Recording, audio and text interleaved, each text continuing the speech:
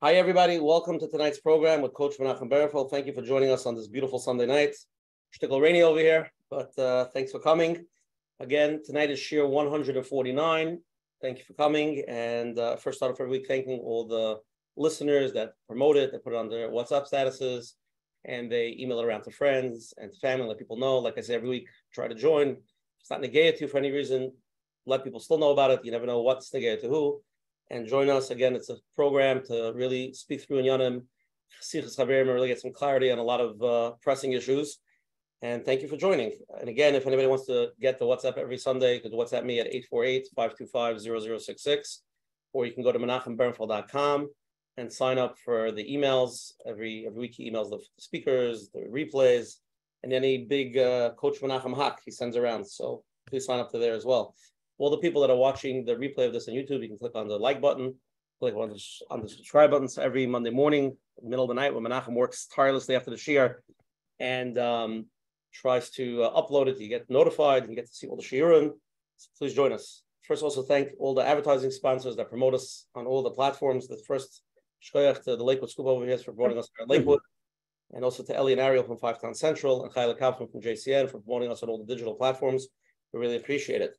Coach Menachem Show is collaborating with OKclarity to bring greater health and wellness to the Jewish community around the globe. OKclarity is the online platform for mental health, supporting the Jewish community. OKclarity.com.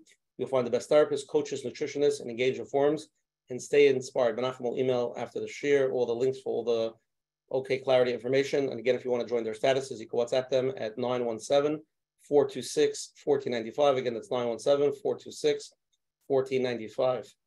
And again, if anybody's here the first time, first of all, number one, where have you been? Twice, I know it's almost 4 years, but every Sunday night we do the Shiur at 9:30. We have tremendous speakers, and next week we have a special one for you. Special. Next week, not the Rabbi Sonnenschein is not special. It's a whole different special. Every week, by the way, Rabbi Sonnenschein, every week is special. I'm just letting you know. But next week happens to be extra special. Next week, we're going to have again, and Gada is the only woman that ever comes onto our program. Gada, Dr. Akiva and his wife, Dr. Tamar Proman. And the conversation is going to be their specialty about vulnerability. The title yet living and loving vulnerably. A deep discussion on how to be authentic with yourself and others. And anybody who knows the programs, they're amazing people. And the few times they came on was really unbelievable. So please join us. It's the gate to everybody. So join, let people know about it. And hopefully, we'll see everybody next week. Same time, same place. Tonight is Shiur 149.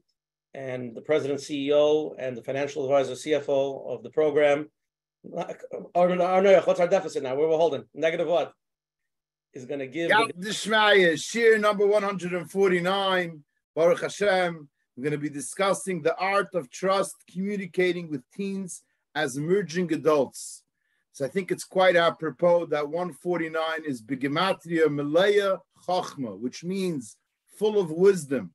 And I believe hands down, when it comes to this art of communicating with teens, everybody would agree you need tremendous chachma, wisdom, how to connect with them, how to relate with them, how to discipline, and so on and so forth. And we're all waiting with open eyes and ears to hear the pearls of wisdom from Rabbi Sonnenschein to guide us in this art. Menachem.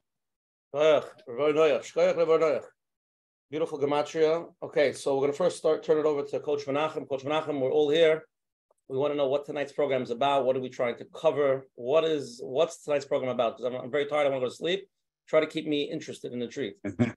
Thank you so much. Welcome everyone to another Let's Get Real with Coach Menachem, number 149, Baruch Hashem, with a lot of siyata d'shmaya. We have the schus to have Rabbi Sonnenschein tonight discussing not an easy topic. We had some time to prepare a little bit, and it's not something that we can tackle in an hour and a half, but to discuss it, to put it on the table is our goal, as always, to bring it out, put it on the table, even though sometimes it is hard. So Mitch, and that's what we're going to do tonight. The topic, to trust. Now, I'm not going to take it all the way deep if we trust ourselves and to see what's our form of communication even before we go to our teenagers, but just the idea of trust is something that's a deep core, whether it's self-awareness and to see what our triggers are with our kids. But even trusting your child, we'll have to figure out what ages we're talking about. And I would ask you, if you would trust your 4-year-old, would you let them choose their bedtime or what they want to eat for supper, or if they want to eat or not? Is it something that we should let them make the choices? So the question is, we're looking to empower our children, to give them that place where they can make choices. So we have to find that window. And in the chinuch, there is an idea that they say, even for younger kids, you want your child to come in from playing outside, not to call Chaim, come inside, time to come in. You tell Chaim, in 15 minutes you have to come in, so that they know. Or before they go out, you ask them, what time does it work for you to come back home? Does 6 or 6:15? Which one do you want? So basically, it's still in the window that works for you, but you're giving them the power to make the choice, so they feel good. So you see, mommy gave me the choice, and obviously he's going to choose 6:15, so he feels great about himself. And you're good.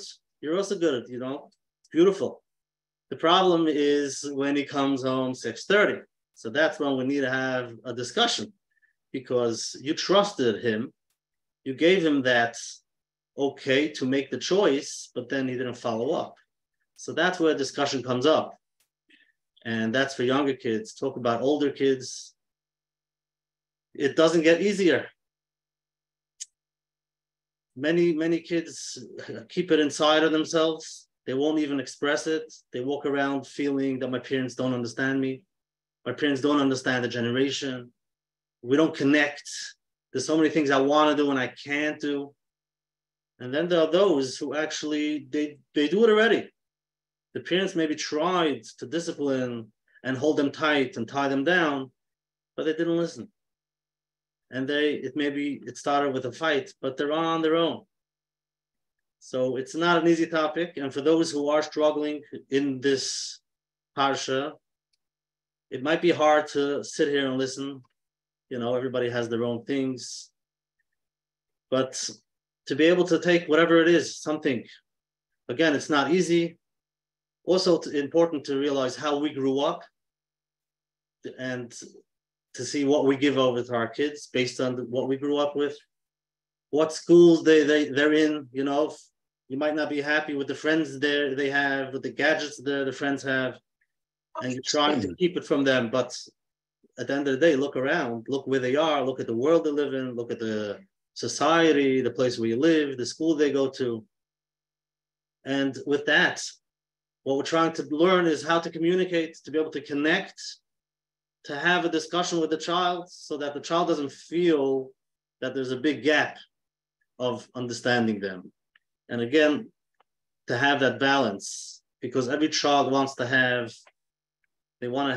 boundaries, even though they might not say it. They say, Tati, please help me, hold me tight, because if you let me go, I'll fly like a bird, who knows where. So they do want some boundaries, but on the other hand, they want to feel that, especially when they're becoming adults, they're becoming older, they believe they understand. And even though you're a few years older, to be able to sit there and discuss it with them. So Menachem, we should have a lot of siyata d'shmaya, because we need it. Everybody should be able to take whatever it is to help them to move forwards in the situation, and Hashem should help us all. Shkoyach for being here with us, and Menachem should work out. Beautiful opening. Okay, so let's just review quickly. Tonight's topic again is the art of trust, communicating with teens as emerging adults, understanding our roles and responsibilities as children transition from teenagehood to adulthood. And this is a very broad topic. There's a lot of things to get into it. Before we get into it, again, tonight's shir is sponsored. This week's shir is sponsored in honor of Rabbi Yosef Sonnenschein by the Wednesday night woman shir. Every week, close to 100 participants, in both in person and on Zoom, tune into Rabbi Sonnenschein, gives over divrei chizik and insights into parshas and the Yom Tovim, Chagim, and the unique quality of Rabbi Sonnenschein shirim that is always practically and timely. The Rav always leaves us with a simple way to implement what we have learned. His guidance and expertise in the areas of halacha, hashkafa, and chinuch habanim make Rabbi Sonnenschein the world-renowned Gaber Rabba that he has become. We are so fortunate to be the beneficiaries of his hadracha. He has truly transformed our homes and our families into Binyei Adeyad, beautiful homes with much appreciation and admiration. We express our heartfelt akaras hatov to Rabbi Sonnenschein, and I'm going to get the information if any lady who's listening who wants to join the Wednesday night program, how they could join Rabbi Sonnenschein's program, and Menachem will send it out in the email later. And I'm going to read Rabbi Sonnenschein's bio, and then I'm going to give him the floor. Rabbi Yosef Sonnenschein moved to Waterbury 23 years ago. He spent many of his years teaching in Beis Medrash and high school, and also served as the Rav of Kal B'nai Shalom of Waterbury for almost 20 years. 4 years ago, he began teaching in the Landers Beis Medrash and recently accepted the position of the Menal there. Rabbi Sonnenschein has utilized opportunities provided by his various positions to uplift, coach, guide, and mentor young adults and families. He collaborates with Rabbanim and Rosh Yeshivas, as well as mental health professionals, to improve the lives of his fellow brothers and sisters, B'nai Yisrael. Rabbi Sonnenschein, Grace Yashkayim for agreeing to come on tonight, giving us our time. And the floor is yours. Thank you so much. I already feel such a chizuk from being here. It's just so incredible to know that there's this group that's so machshav, chinuch, shalom bayis, all the things that you work on. I'm embarrassed that when you said, where were you till now? I'm one of those people. Where was I? So Be'ezer Hashem, we'll have to correct that, Be'ezer Hashem. So thank you very much, and thank you for your kind words. And I also I can't speak about chinuch without thanking the families in my shul who have opened their hearts to me, and the talmidim that I've had in the different yeshivas who we've worked together. These are not sugyas that, as Menachem said, these are not sugyas that you could just sit in a room yourself and work through. And I very, very much appreciate everyone who's worked together with me. And a special shout out and a special akaras hatov to the Wednesday night share. It's an absolute schus to be able to participate in growing together with this incredible group of women that's focused on growth and aliyah. And I'm not surprised that so many of the people in the share were very familiar with what goes on here on Sunday nights. Also, before I start talking about trust, it would be appropriate to mention my own children. It's interesting, tonight, I said to my to one of my teenage sons, I said to him, what do you think of our topic tonight? And he said, I like it. I said, why do you like it? And he said, I like it because we worked on that together. And that was very meaningful to me. And I tremendous akaras hatov, and I know my children are moichel mi mitchila that I'm going to be saying stories about them. They're used to it. And Amir Hashem. And bichlal, being a parent, bizman hazeh, is so complex. Sometimes parents worry if they're worthy of the job. Like, can we do this? It's so complicated. 2023 is not an easy time to be raising children. And it's important to realize that if HaKadosh Baruch Hu told us to get married and to raise a family, then HaKadosh Baruch Hu is telling us, I trust you with the neshamas that I give you. And we have to know that we're being given the job by HaKadosh Baruch Hu, and we have to keep davening to him for siyata d'shmaya. But we shouldn't think I'm not ready to be a parent. If you're a parent in Klal Yisrael, HaKadosh Baruch Hu gave you that job. You're hired by Hashem himself. And Be'ezer Hashem, hopefully the conversation tonight will help all of us to be able to grow in this area. I noticed an interesting thing that many, many times when we talk about chinuch, people use a term to mold children. And if you do a search, in the secular world, in the chinuch world, this concept of molding children, and I don't want to waste our time on the semantics of what molding children means, but I'll tell you what I don't think it means, and what I worry that sometimes people think it means. I think of molding that you gave me a glob of clay, and it's featureless, and it's just a glob, and I have to mold it into what I think this clay should look like. And that is not chinuch. Chinuch is HaKadosh Baruch Hu gives us a child that's so full of personality and has talents and has netiyos and has feelings. And it's our job to work with, to work with the grain of the clay, to work with where it's going and to build it. So I think that's a very, very important to realize. It's not a one-sided thing, chinuch. It's not me building my child. but there's a back and forth, there's a give and take where I'm working with the kaiches that he has. I'm working with what he's giving me, with what he's bringing out, with his netiyos, with his feelings. And that really does bring us to the topic of trusting. I like to ask parents what they think the 3 most important words to say to your children are. And most parents say the 3 most important words are, I love you. And it's hard to argue with that. Those are 3 very, very, very important words. But I want to argue that at least equally important are the words, I trust you. Giving over to my child that I trust them. And I want to explain what I mean here. Because, like Rabbi Menachem, when we were talking before, we were talking about, do I trust them with technology? Do I trust them with staying up late? Things like that. There's a step before that. There's a step of just trusting their feelings about things. Like, for example, the halacha says that instead of giving someone a donation when they need tzedakah, we should teach them how to get a job. So just telling my child what to do, that's a very low level. Working with my child for him to develop what to do, or for her to develop what to do, that's chinuch. And I think it comes up in a lot of different things that have nothing to do with these hot ticket items like technology. Even before that, Mommy, what should I wear? I trust you to pick the right thing, the appropriate thing. I was invited to a friend and it's raining. Do you think I should go? Shefala, that's a hard decision. I trust you. I know you're going to make the right decision. Let me know what you decided. I was invited to a chasana. I'm very tired. I have a test to study for. Should I go to the chasana? That's a tough dilemma. You're going to have to think that over and let me know. And that type of thing of bouncing it back at our children in a supportive way. I know this firsthand because my children sometimes say, Tati, I want to ask you what we should do. Please don't say you trust me.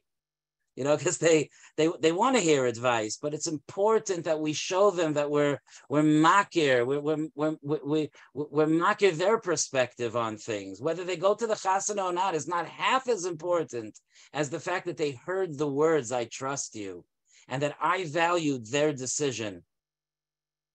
And when it comes to hashkafa and moral dilemmas and things like that, and growth and avodas Hashem, the trust could mamish save children. I want to just tell you over. I think I told you this before, but I want to just say over this little maisa before we move on to the questions. I was sitting in my bedroom one Friday night, and this really says it all. I was sitting and I was going to sleep that night.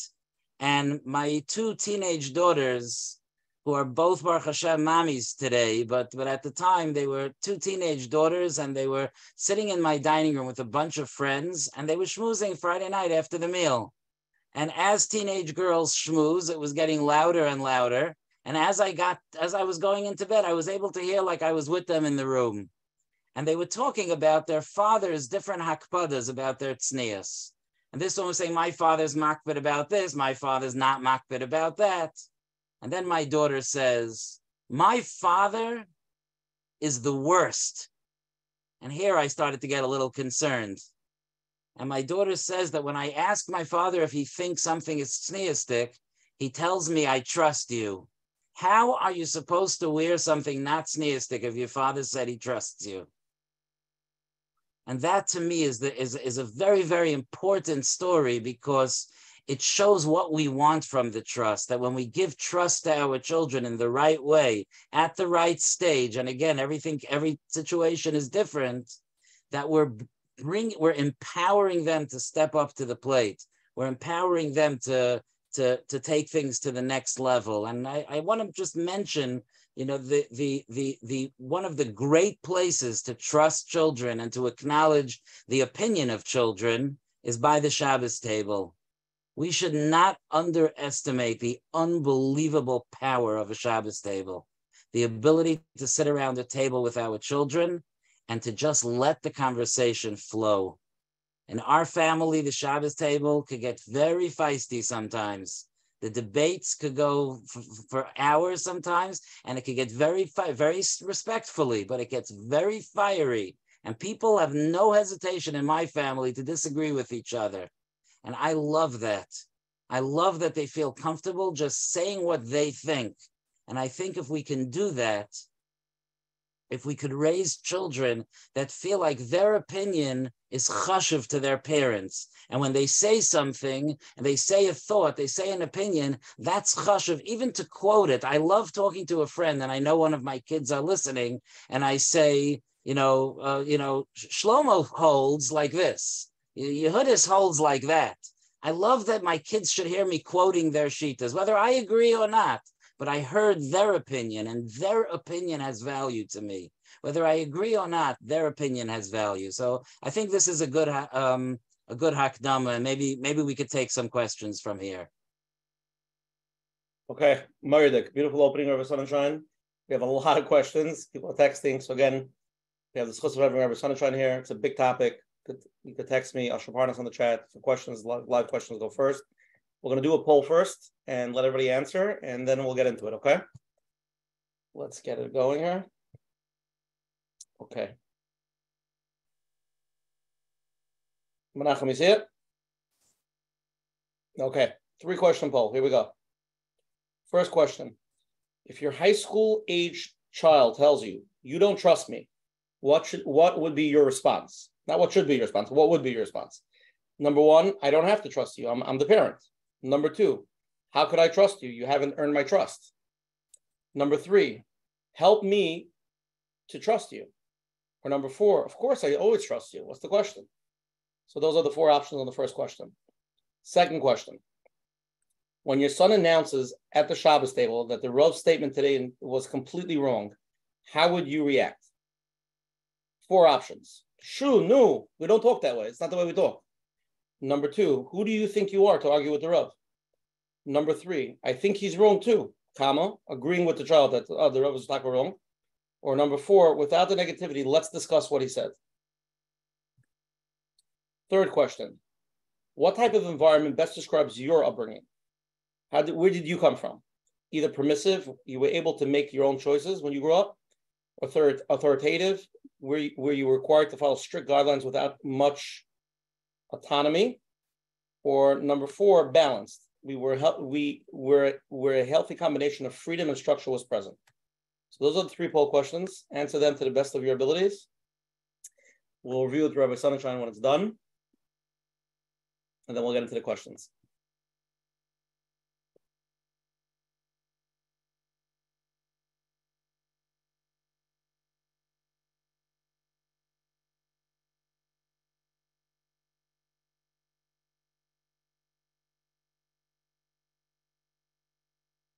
Okay, 5 more seconds.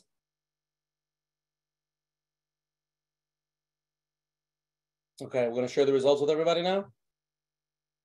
Okay, first question, Rabbi Sonnenschein. Let me know if you have any opinion on it. If your high school age child tells you, you don't trust me, what would be your response? 4% of people say, I don't have to trust you, I'm the parent. 5% say, how could I trust you? You haven't earned my trust. 62% of people, I don't know if they misunderstood what it said, help me to trust you, 62% of people, and 28% of people say, of course, I trust you always. Sunshine, you want to comment on that? I'm biased towards also to the 62% of help me to trust you, but I think that any person that answered any of these questions, you have to know their story and what's going on in their house. So it's hard to say X to this and check to that. That's not okay. But I love help me to trust you. Okay, second question. When your son announces at the Shabbos table that the Rav statement today is completely wrong, how would you react? 7% of people would say, Noosh, we don't talk that way. 3% of people say, why do you think you could argue with the Rav? 1% of people say, I think he's wrong too, and agree with the child. And everybody seems to answer this answer. Without the negativity, let's discuss what he said. So, Noosh, did everybody get it right? It's definitely great. I'm just thinking as I'm reading this, without the negativity, let's discuss what he said. If we're talking b'derech kavod about the Rav, I can say that I disagreed with him too. But I'm saying it, let's talk about it, and let's, without the negativity. I don't think my children have to think that I'm a robot and I always agree with the Rav, but of course, without the negativity, let's discuss what he said. Okay, and the third question is general to see the people that we're dealing with tonight. So what type of environment best describes your upbringing? 18% of the people say they come from very permissive, they're able to make your own choices. 48% of the people say very authoritative, that they're required to follow strict guidelines without much autonomy. And 34% of the people are balanced, where they had a healthy combination of freedom and structure were present. Amazing. The fact that so many people were brought up authoritative, a lot of that is a generational thing. But like when we're in a generation where we're telling parents to try to say yes more often, even if it means, can I have another lollipop, but to try to say yes more often, it's important to realize what we're up against. I have a family that I'm working with that the father, Pasha, needs chizuk to learn how to say yes. His natural reaction is no, and he's working on it. He's an unbelievable person, but he needs chizuk to say yes. It's not in his DNA. Okay, let's get into some of the questions, okay? Yes. Okay, first question. When my 14-year-old son brings up topics that go against our hashkafa by the Shabbos table in public, such as his disbelief in the world in Olam Haba, or I often find myself lacking the proper answers to his questions, I usually resort to telling him that we can't discuss these topics. What would be the appropriate approach to address such topics, especially when it's done on a Shabbos table or in front of other kids? How do we deal with that when a child starts really bringing up very delicate, sensitive questions that are against our shkaf or our belief or dangerous? All right, so I'm sure that we're going to pull this apart. There's different parts to this, but the first and foremost is that our kids can't be afraid to share their fears with us. And if a child of ours feels like there's no Olam Haba, let's say, like you said, he doesn't believe in the world to come, it's terrifying to him. And the fact that he could feel comfortable, I say that whoever asked that question, good for you that your son felt comfortable saying that by the Shabbos table. And what to do depends who's by the Shabbos table, how to handle it. Okay, a person has to know their family, but of course we have to be machshav his opinion. That's his opinion. It doesn't mean that we agree with it. And we should say if we don't agree, if it's clearly against the Torah. We should say we don't agree or the Torah says otherwise, but I hear that that's what you are. I hear you. I hear that that's what you are saying. And I'm not punishing you for having a thought and certainly not for having a feeling. Many people struggle because the answer is not clear. So they might have to listen to the shir, they might have to educate themselves to know how to discuss Olam Haba when whatever this child is asking. It's important to know that HaKadosh Baruch Hu doesn't need a lawyer. It's not a parent's job to be Hashem's lawyer. I think sometimes we feel like this burden that we have to answer up for Hashem. The tmimos of our emunah is very powerful for our kids to see. And if my child says, I'm not sure I believe in Olam Haba because it doesn't say Olam Haba anywhere in the Torah, which by the way, it doesn't. So if he says that, so my response could be like, that is an amazing, amazing question. I'm going to look into that question. The fact that I don't know the answer there's no negativity there at all. I'm not mechuyev. Hashem doesn't need someone to carry the aron for him. Mm-hmm. Okay, Gavaldik. Let's go to a live question, okay? Yeah. Okay. Unmute, please.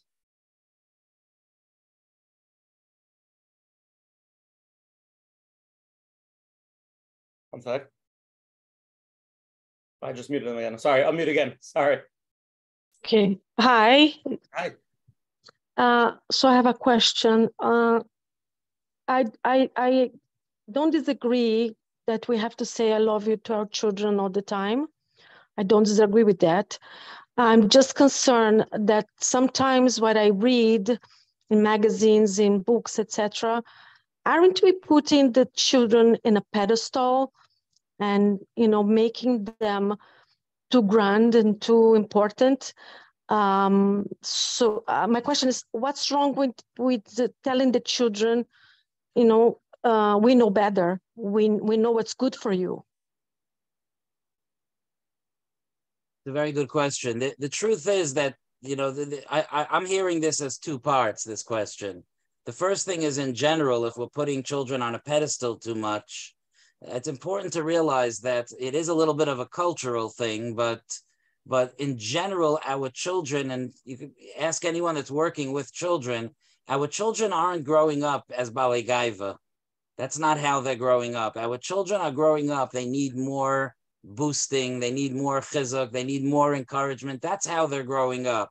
So at this point in time, at this point in history, our children need to be put on a pedestal, because maybe they'll wind up on even ground if we put them on a pedestal and we give them honor and we pour our love on them. So in terms of that, a little bit for our generation, we do need that. Our kids need that pedestal. But the second thing that you said, that I know better, of course, that's a foundation of parenting. And if a child's doing something and I think that it's dangerous for him or for her, or it's not the right thing, or it's a mistake, for me to have a conversation where I know, where I'm saying I'm this is my experience, that's very valuable. But my question to you is, did we listen to what the child said? Did we hear his opinion? He feels differently. So that's, if he feels heard, so that's a very, very important thing. In fact, even to tell him what he said.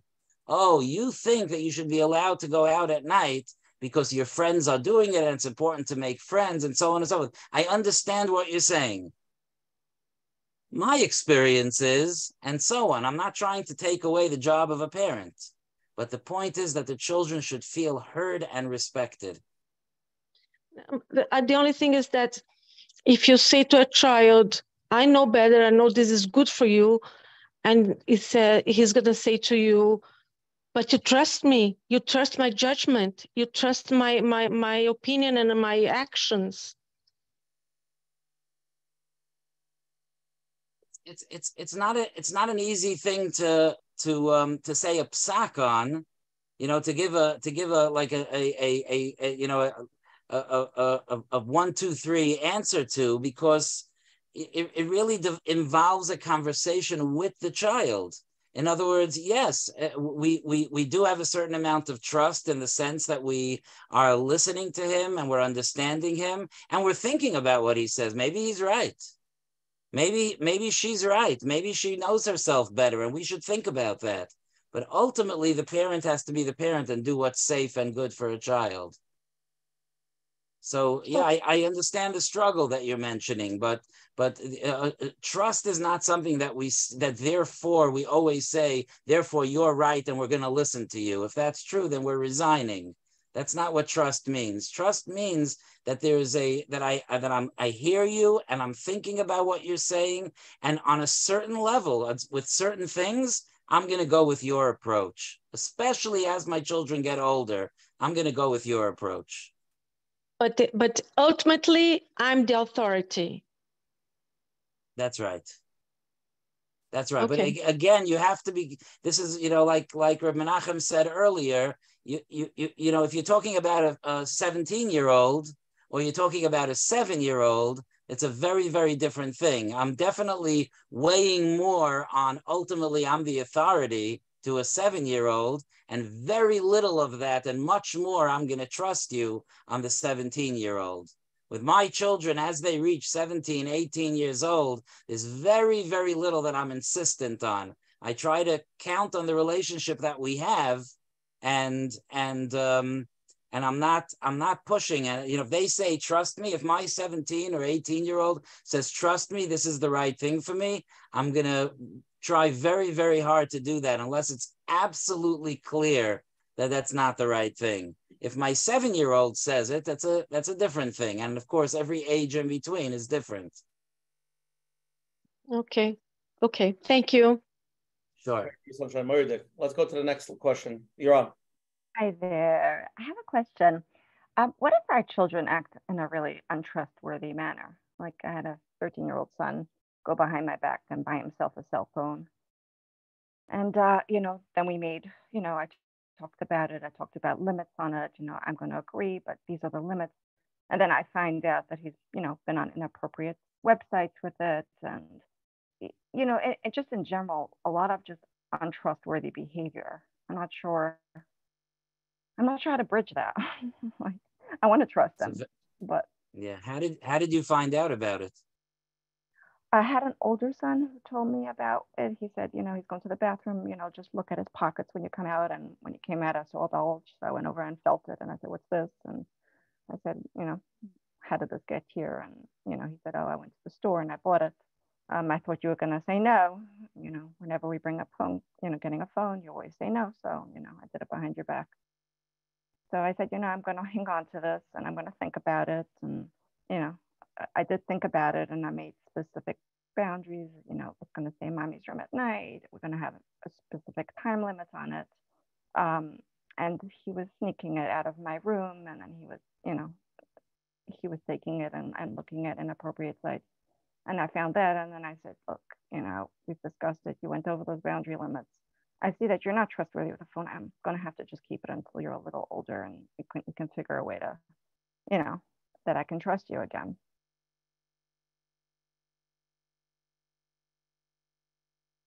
It's very, very difficult with our kids going behind our backs with technology.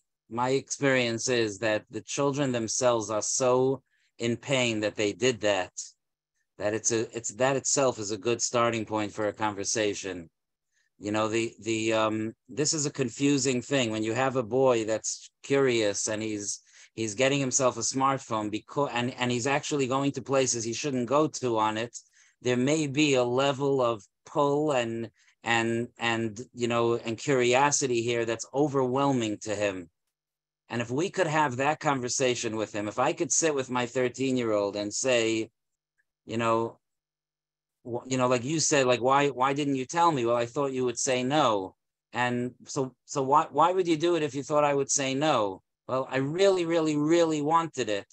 And to try to reach a point where you're communicating about what's really the issue here, which is that he wants to make his parents happy. He wants to listen to what his mother says, but at the same time, he's feeling such a strong pull in another direction.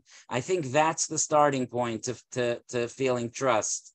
And a space needs to be made in that relationship where the two of you can agree to a certain level where perhaps either a certain level that he is committing himself to the trust, that in this area we are going to be trustworthy, or that even if he doesn't listen to you and even if he's doing, something that you don't approve of, he's still going to tell you about it. And I know that that's a very, very complicated thing, but to be in a situation where my 13-year-old, who in your case, not every 13-year-old is doing this, is sophisticated enough for that.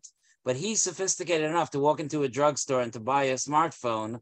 Now you're holding on to his smartphone for him, but he could also have already bought another one, right? We don't know that we just don't know. So the first thing is to make a space of trust where you say to him, I see that this is a very, very powerful pull for you.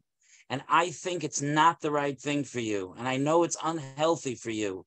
But not at the expense. I don't want you to hide it from me.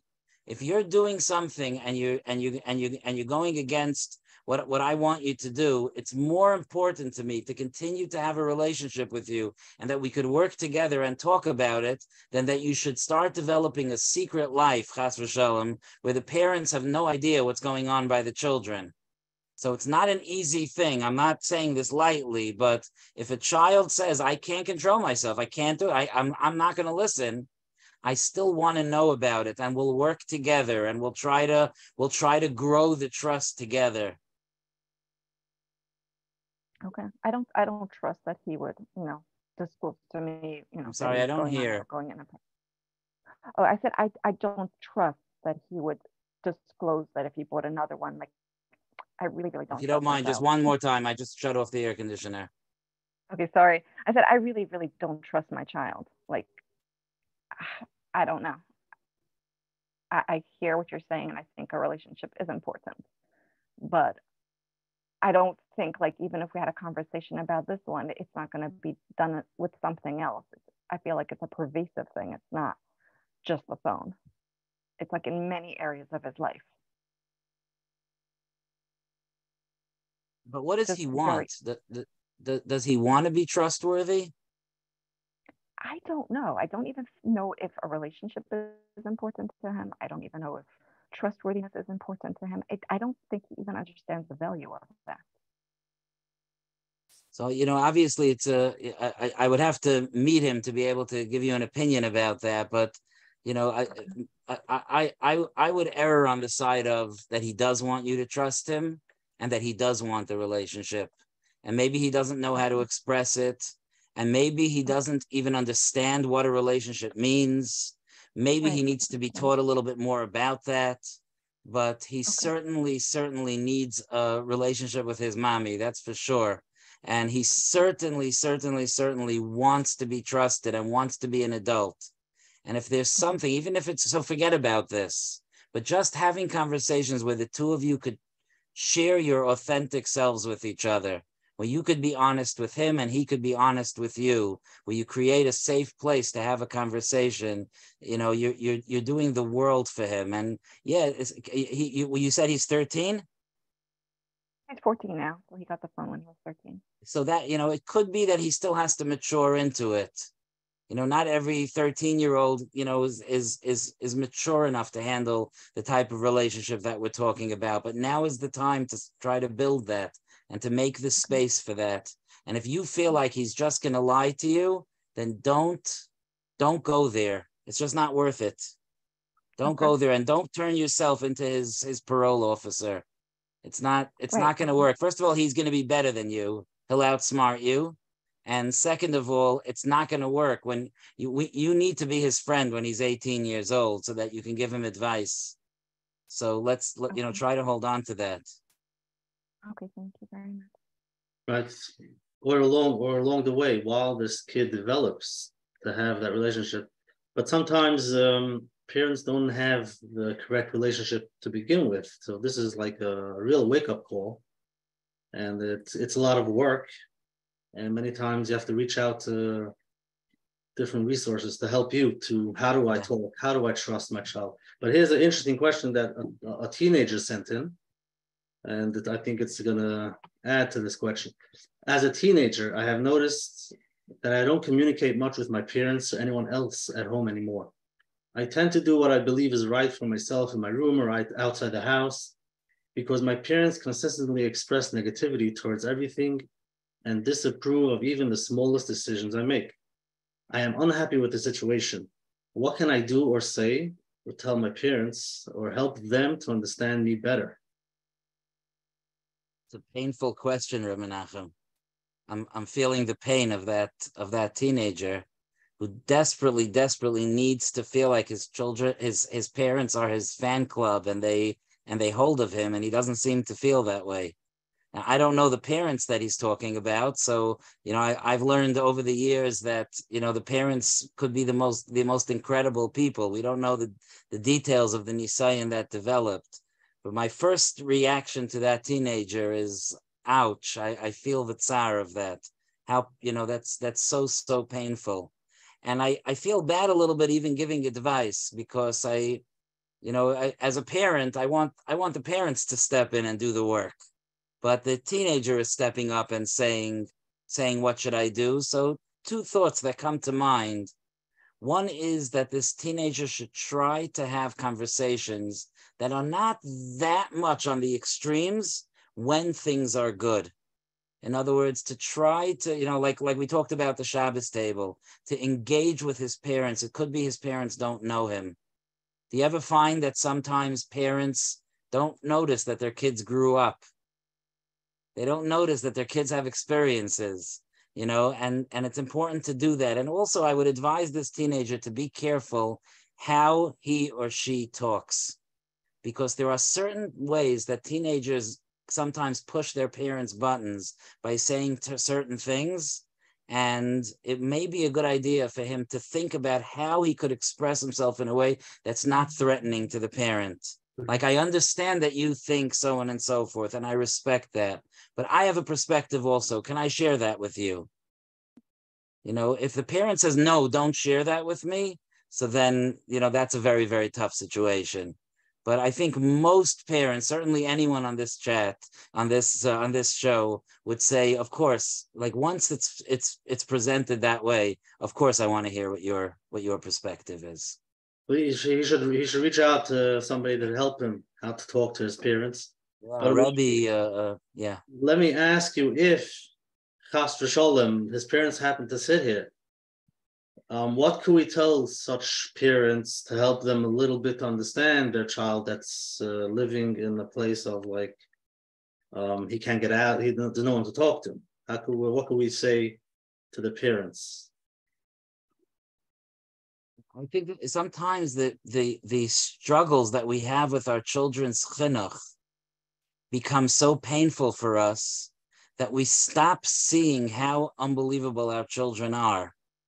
And I would encourage these parents to take a step back and to see what a sweet kid they have, and to notice what his or her milas are. And if I was sitting with those parents, I would say, what is your son good at? And, and another offshoot of that is that it's important for parents to step into their children's world. My son is great at playing guitar, let's say, but I don't like guitar, so that's meaningless to me. No, but that's your son's world. So it's important to step into it. I'll tell you something interesting. A couple of years ago, one of my children got very, very into cars. And he could by sight, I think he probably could still do it today, even though he's a chashuv beis medrash bacher today, but by sight, he could tell you every car, year and make and model, every single car on the highway.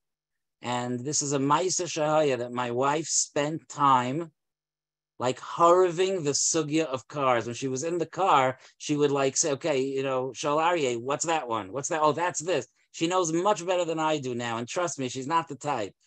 But I would encourage these parents that these types of connections to our children, and to appreciate what our children appreciate and to see what they're good at. Our kids have so much to give to us. Yeah, sometimes there are things that are negative, but that doesn't define them.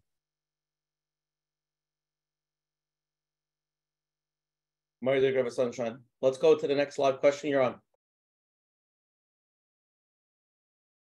Hello? Yep. Okay.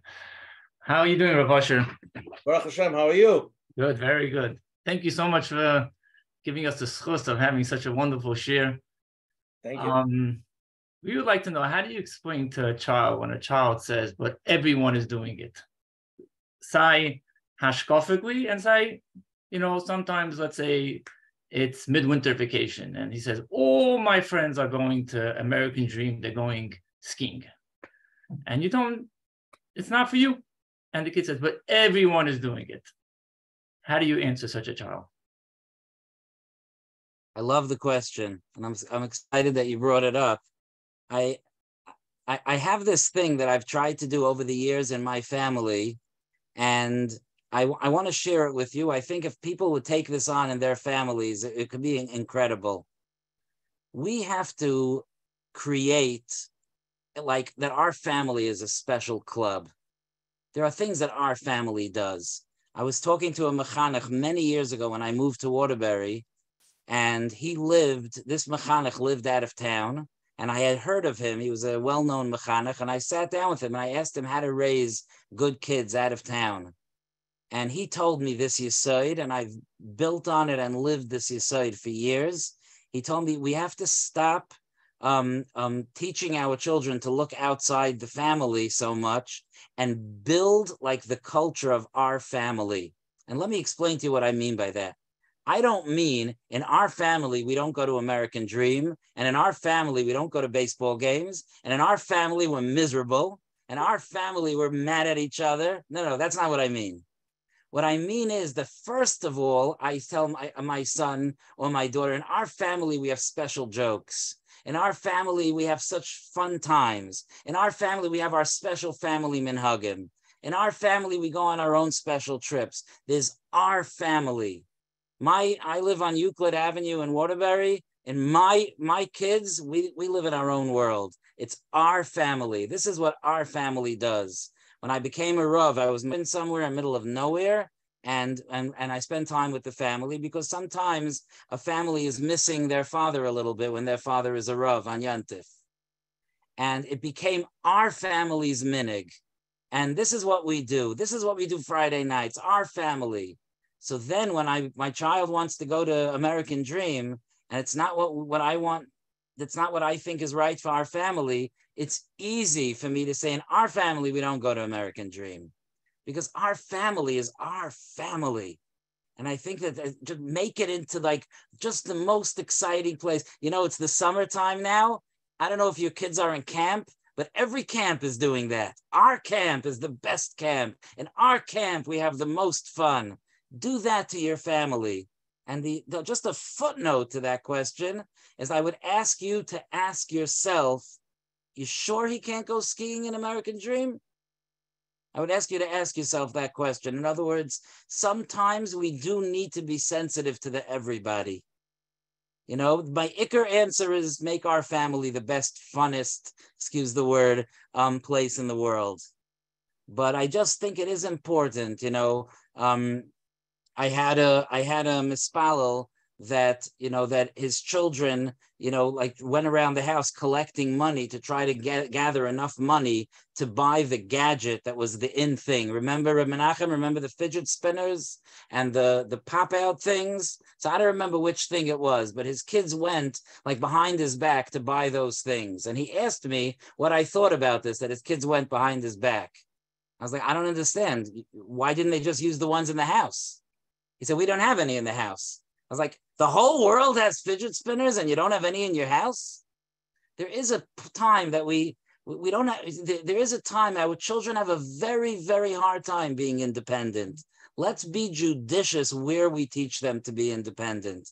Let's be careful about that. If we could give in, I know we feel like we're giving into the fad. It's okay. It's okay. That when they get older, then it's more of a hashkafa thing, or it's something that you feel like is not right for them. And there you tell them, in our family, we don't do it. And you'll see if you make our family the place they want to be, it will work. Okay, Moedik. A lot more questions, Rabbi Sonnenschein. We have all night over here. Okay, you're on. Hi, Rabbi Sonnenschein. So I'm still a bacher, past the teenage years, but this show is very amazing. I was reminded, you know, Baruch Hashem, I had a good upbringing with my parents. We had a good relationship. There were times, obviously, where we got into disagreements, or there was something I wanted to do where I felt maybe my trust was not enough, or just any disagreement. And there's this classic, you know, term. I don't think just my parents, it could be anyone. They say, oh, Mitzvah of Aim, you know, you have a mitzvah, you have to listen to us, this. And at the end of the day, Torah has, from a Torah perspective, they're right? There's a mitzvah of Mitzvah of Aim, listen to us.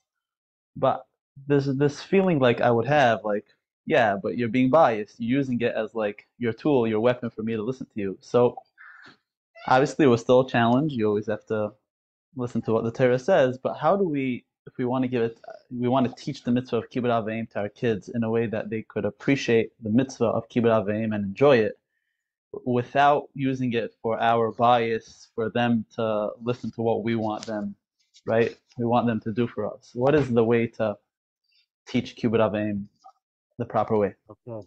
This is amazing. These are great questions. Okay, first of all, shkayach for calling, and Amir Hashem, you'll find the right shidduch and the right time and raise a beautiful mishpacha. Amen. You know, I'll tell you the short answer. He heard so many shiurim of ours. He's going to be the perfect husband because he has all the information. Not stop. I'll tell you the short. I believe that we should teach Kibbud Av V'Aim by teaching our kids to respect the other spouse. It's not you have to be very careful with parenting. I'm sure that most of the people on tonight are parents. And it's sometimes our own egos get in our way when we're parenting, and it becomes about us.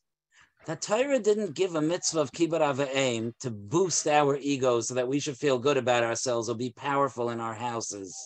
We have to be very careful about that. We were given a very delicate job to raise children, and part of that is to teach them the value of respecting where they come from, which is really what Mitzvah of Aim is. And to teach it to use Mitzvah of Aim as a power play, that's not the Ratzon Hashem. That's not what Mitzvah of Aim is. You have to be very careful. You know, I'm reminded of a time that my wife and I were driving in the country, and we were on a lonely country road. And for some reason, at the end of the road, there was a traffic cop there who stopped us. There were no cars for miles. I don't know, maybe something was going on the street. And this guy was the king of that lonely country road. And at some point, I got out of the car and was like, sir, when was the road going to open? And he acted like I was trying to get into the White House. Like, sir, get back into your car. You know, like, and I felt so bad for him that he needed to like have dominance over the lonely country road. And we have to be careful about that. We're not here to be powerful over our children because we need it. And if we think that's what's going on, it doesn't mean there's anything wrong with us, but it means that we need to think about ourselves and get our own help and make sure that we're being mechanech our children for our children and not for ourselves. And one of the great shmiras for that is that instead of me standing up for my kavod and my children and my wife standing up for her kavod, I stand up for her kavod and she stands up for my kavod. You know, my children, I don't know how many of my children are on right now. I'm sure some of them are.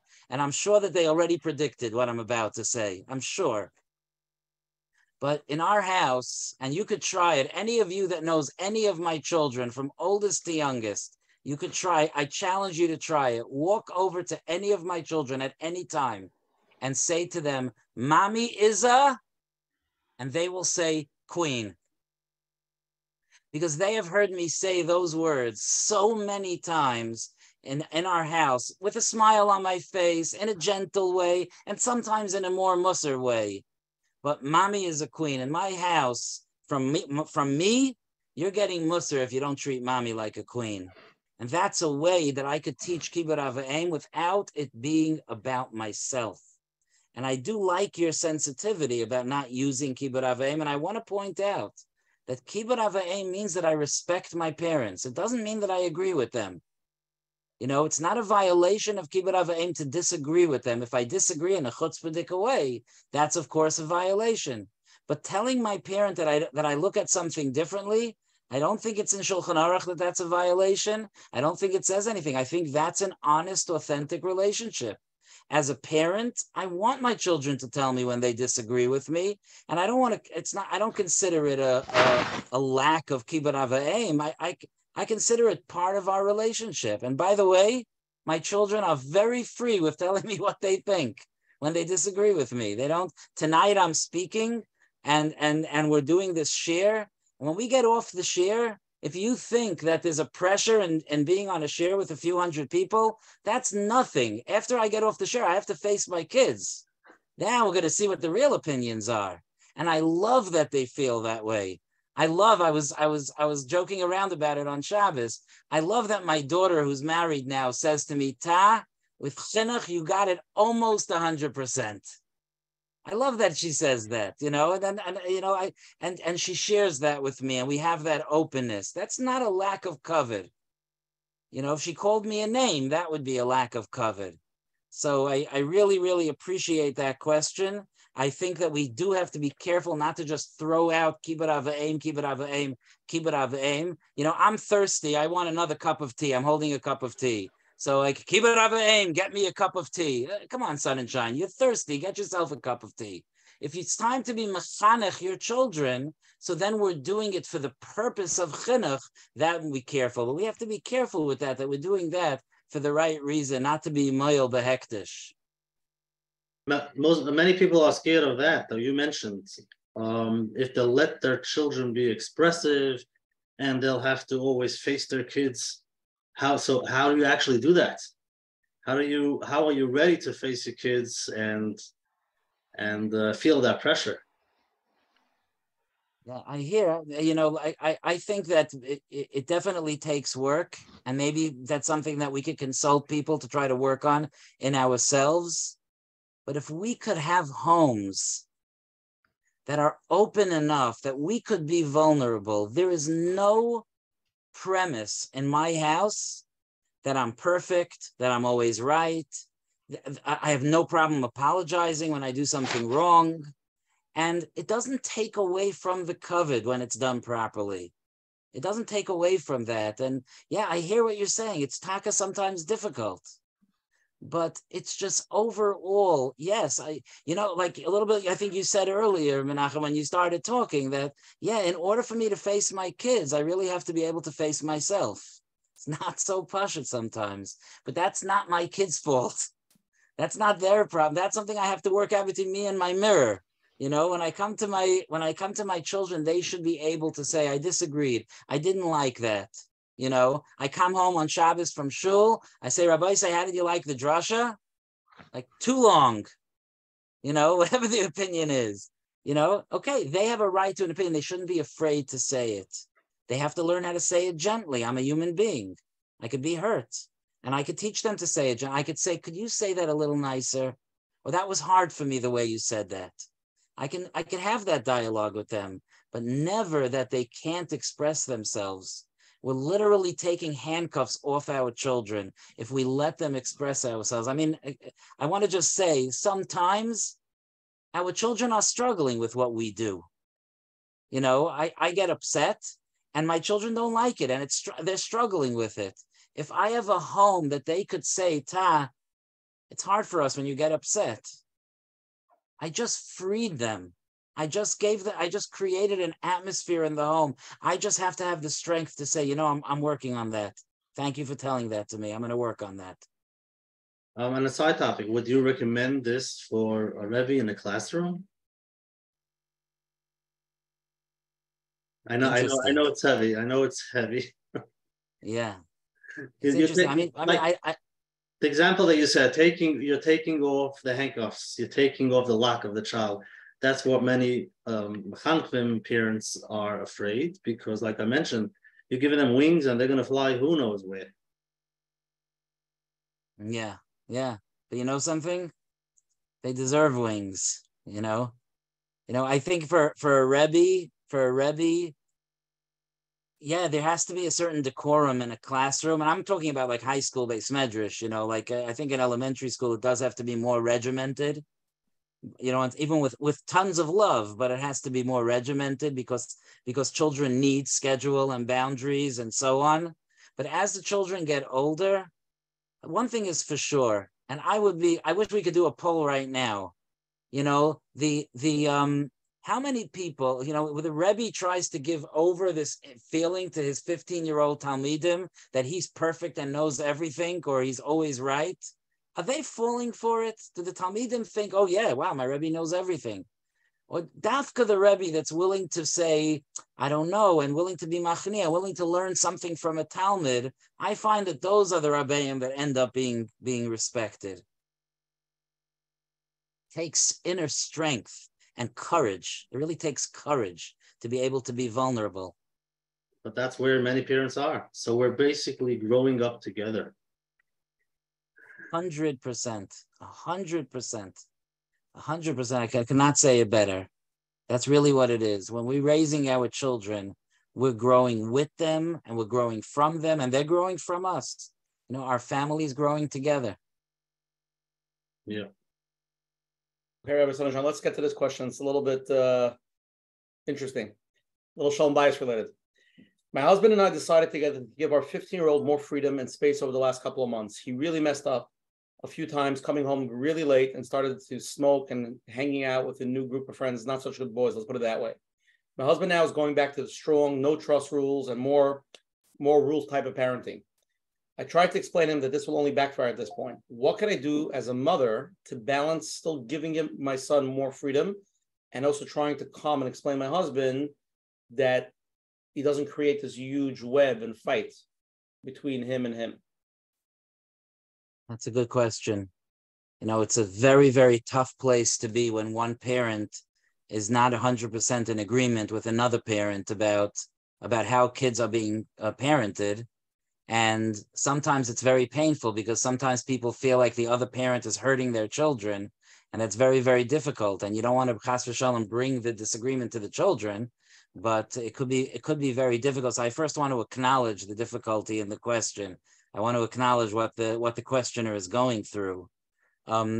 This husband that's coming down harsh, I wonder why he's coming down harsh. Is he coming down harsh because he holds this didn't work the first way, or because he's insulted and angry and it was hard for him? And if it's the second way, I really think that, he should speak to someone, or maybe the husband and wife could work through it. We have to realize that when our children act out, it's not at us. They love us. It's not at us. They have their yetzer haras, and they're trying to make it in a complicated world, and they're being pulled in a lot of directions. And it's not about us. And I would want to encourage that father to just assess where he's coming from. What's motivating him? Now, it could be that he's saying, okay, I tried it your way, now we're doing it my way. If that's the case, also I would want to have a dialogue with him where we talk about that the fact that something didn't work the first time or the second time or the third time, is there anyone here who hasn't tried something 10, 15 times, and failed and still has to try again? Like, the fact that something failed a few times, that doesn't mean the approach was wrong. But lamaisa, if the husband is not budging on it, now with all my commentary about the husband's decision, if the husband's not budging on it, there's nothing that the wife could do about it without creating a explosion in the house, which is for sure, l'chol hadeya, is the worst thing in the house. So then it's a matter of her trying to create space with her child and give to him without, and please don't do this, please don't criticize your husband to your child. He has enough on his shoulders. He doesn't need to walk around with that. That is a tough burden. You may think you're doing him a favor by telling him, I agree with you, but you're really making it tough for him, because now he's like somehow wedged into the marriage. And it's just such a tough place for him to be. You have to be able to take a step back and say, this is what Tati decided, this is what Abba decided. And if he says, yeah, but you don't agree, you could say, we make our decisions together and this is what we're doing, without bringing the disagreement to the child. I don't think that that's healthy, but I do think that child needs his mommy to be his friend, and to take walks with him, and to listen to him, and to allow him to talk about all the insanity in his life, and she could listen and she could get it. And think about the people listening right now. Think about how many times it happened that how many of you, that person that was able to listen to you, whether it was your mother or your father or an older sibling or a Rebbe or an older friend that just didn't judge you and just let you talk, how much that contributed to your being healthy today? Okay, here's another interesting question. My son engages in debates with me every Shabbos regarding the school system, whether students should be permitted to have their own cell phones, and I guess all of these topics. He expresses anger towards the system. How should I respond? Usually I tell him that we're done with these conversations. I don't want you to bring it up again. But he wants to know how to respond in a healthy way. If it's okay, I would disagree with the question, respectfully. I wouldn't wonder how to respond. It's not about responding. You don't have to be a lawyer for the system. You don't have to be a lawyer for the Torah. You don't have to be a lawyer for Hashem. Your son is expressing that he's upset at the system, that he thinks they messed up. He thinks they got it wrong. Okay, so I don't see what the harm is in that. He thinks they got it wrong, and I am listening to him. If in our home, we don't do it that way, in our family, like I said before, we don't do it that way, and he's towing the line, but he just doesn't hold of it, so then, Adarabba, then I would use the opportunity to express to him how impressed I am that even though he doesn't hold of it, but he's going along with what we asked him to do. And I would want to schmooze with him about it, and I would want to hear his perspective. And you know something? No system is perfect. And there are weaknesses in our system, as anyone will tell you. And if your child, I think that sometimes we get very nervous when our children attack the system because it hits a raw nerve. because sometimes it's hard for us. Sometimes we have issues with the system too. Sometimes we were also hurt by the system. And there's nothing wrong with telling my child, saying to my child, I hear what you're saying. Wow. And this is just if I could give you a little bit of a trick, instead of responding, I would ask questions. I would do like a Coach Menachem evening. I would say, so how would you run the system? And what would you do with that? And he'll have answers, or to all of those things, and that's great. But just that, because sometimes they would trust us. They would trust us. They would let us have phones. And so we could keep role playing it if you want. I would say to that, do you think all of your friends are trustworthy? What's your experience with your friends? If he says yes, I'll assume that he's part of an unbelievably unusual group of children. And I'll have learned something, but I doubt that he'll say, yeah, we would trust. Yeah, but you would trust? What would you do if someone broke that trust? How would you handle it? What would you do if someone's life was ruined from it? How would you handle that? I always tell people when young people ask me advice, I always say, I'm thinking about the advice I'm giving you, but I'm also thinking about what the 30-year-old you is going to think about the advice I gave you today. Wow. Like in 10 years, when people say you ruined my life, why did you let me have that dangerous thing? I would tell my son. So what would you respond to them? Get them thinking. And by the way, don't even have a hava amina that your son's going to say, oh, Taka, I hear what you're saying. You're right. He's not mature enough for that. But when he goes back to his room at night, he will have learned something. Rabbi Sonnenschein, another question came in, but it's going to be a hard one. We're going to talk only to the kid, not to the parent, okay? Okay. This is the question. Every kid that I know has this question. My parents are older, and they struggle to understand our generation. All my friends have phones. They enjoy themselves. They go out late at night.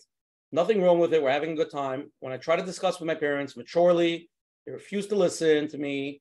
I'm not sure how much longer I could tolerate them consistently, telling me what to do. I'm talking to the kid, what should I do to express to my parents, like, wake up, smell reality. This is the reality I live in. Well, it's very, very tough. The easiest approach to that is if there is someone available. If it's interesting. I'm going to a Rabbanim's conference tomorrow. I think I mentioned to you in Chicago. So they want me to say something there about how a Rav could be close to Bachrim in his shul. I think this is a great opportunity for a Rebbe or a Rav to be consulted.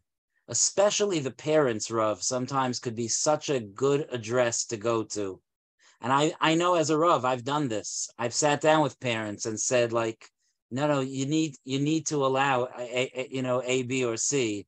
In today's generation, this is what's happening. This is what's going on. You need to allow that and to work through with them. I mentioned to you the parent a little while ago that we're coaching and we're working together that he should learn how to say yes. So this will be another case where the Rav will sit with the parents and learn how to say yes. Of course, the child should be respectful, but I think that's the best and easiest option. If there's no Rav and no Rebbe, and it's just between the child and his parents, I don't know if I have an eitzah other than to keep at it. And he said, your questioner said, I don't know how long I could hold out. I wish I could hold his hand for a few minutes and sit with him and give him the kayach that he needs and help him navigate it. Maybe he needs a good friend or a Rebbe that he could speak it over with. But Reb Usher, I'm not answering that question. It's not. I don't have an answer for that. Sometimes with our parents and with our children, we're dealing with situations that we don't have an easy answer. We have to daven. We have to try to deal with it. Okay. On that note, I'm going to give you a very easy question. Okay. I think I deserve it. Yeah, this is the easy one. I'm a little bit more old school, and I understand that I try to be more lenient, but it's extremely hard for me. That wasn't the way I was brought up, right? I daven that Hashem should help me to learn to be more with today's generation. My question is, my oldest child has the chutzpah to tell me not to yell, to be strict with the other children. He criticizes how I am mechanech the other kids, claiming that I'm rooting it for them. While there may be some truth in what his perspective, I'm not disagreeing, I find it so disrespectful for him to tell me what to do. Should I overlook his behavior or try to find common ground with him? How do I deal with a kid who's sitting in front of other kids and telling me how to be mechanech the rest of my kids? It's an easy one. Thank you. That was really as easy. First of all, I feel the struggle of the way you just said the question, even though I didn't hear the questioner, but the way you said the question, I hear the struggle. Oh, it was me. It was my question. Yeah. And then I hear the back and forth. It's not easy, and it sounds like this parent does recognize that there are changes that he really should make in order to be properly mechanech his children. It's almost like his oldest son has a point, but it's hard to hear it from him.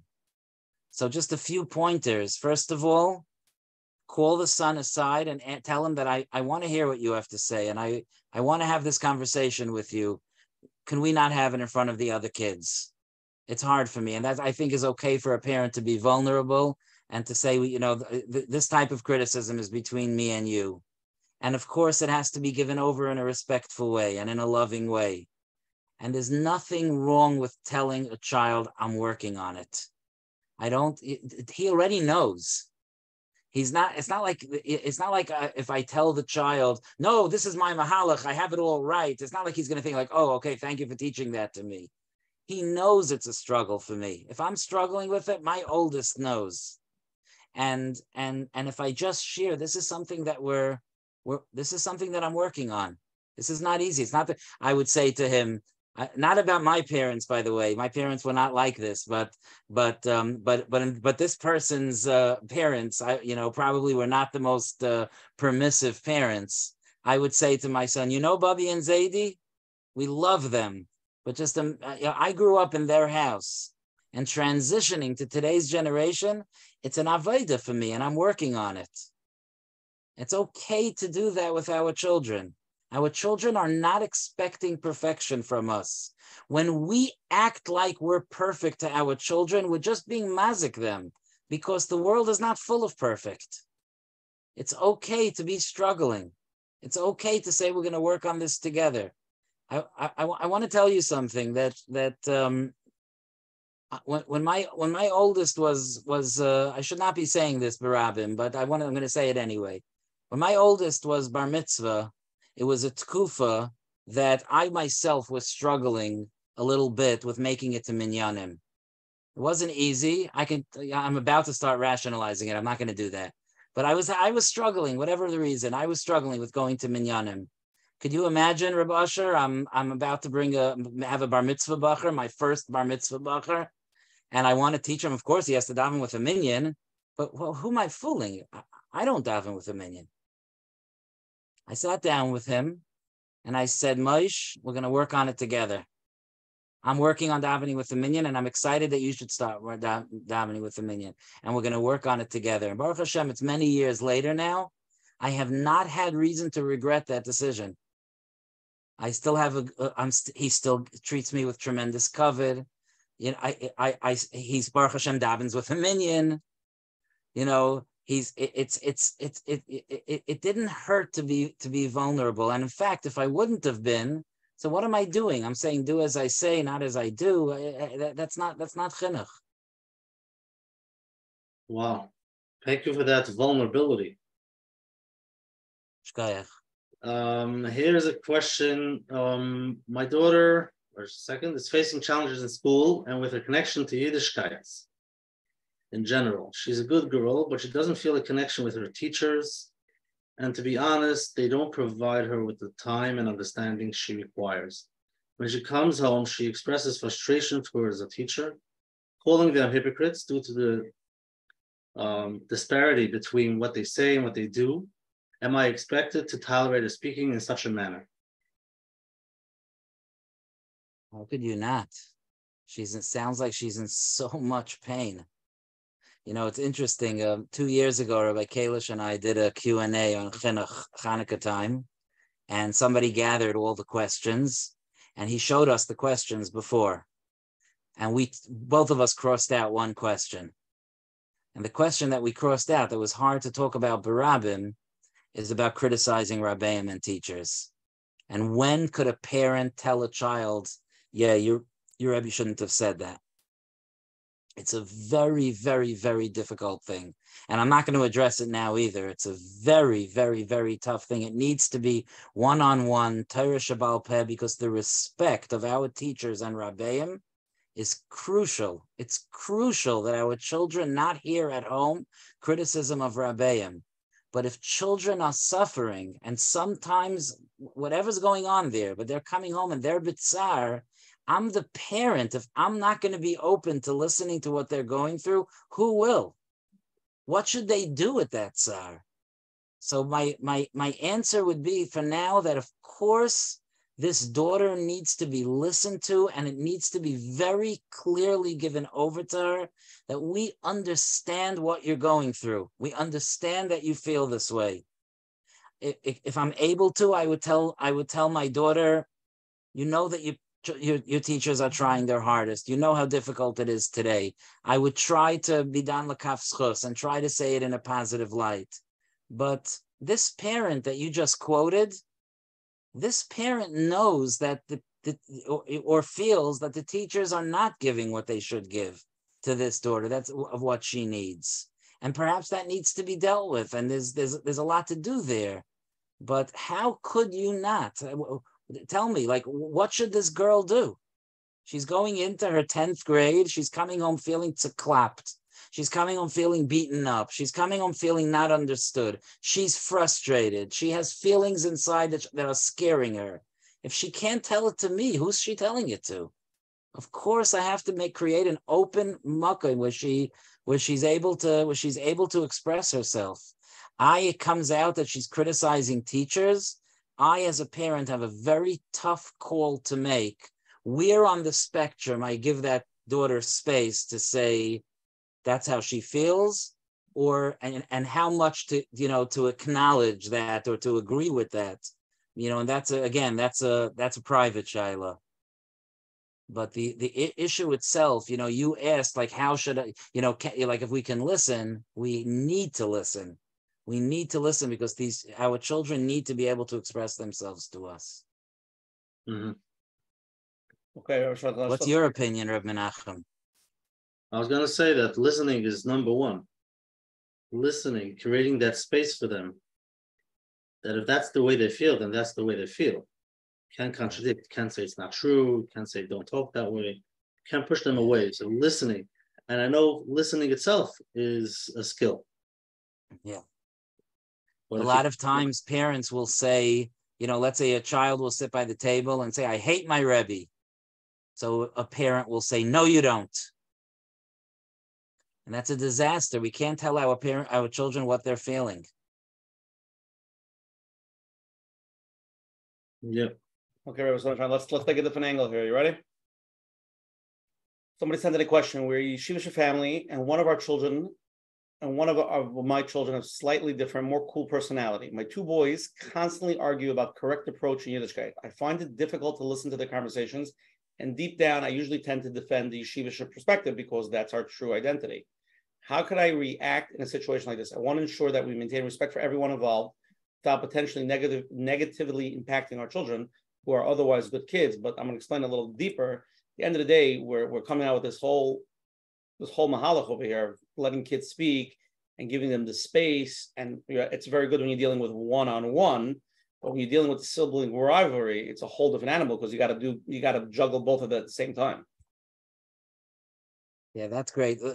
In terms of the first part of that you said, I'm just excited for that parent. That's great. He has all these debates going on by his Shabbos table. Good for you that you raise children that feel comfortable expressing themselves.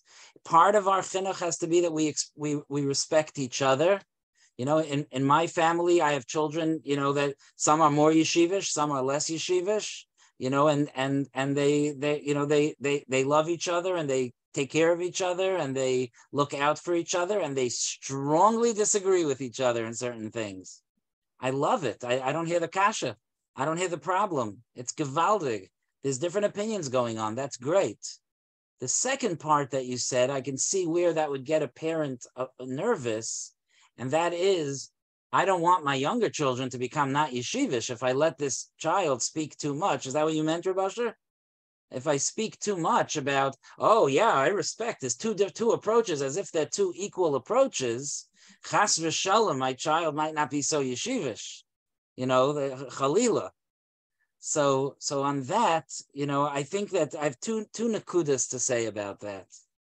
Nakuda number one is, are you sure?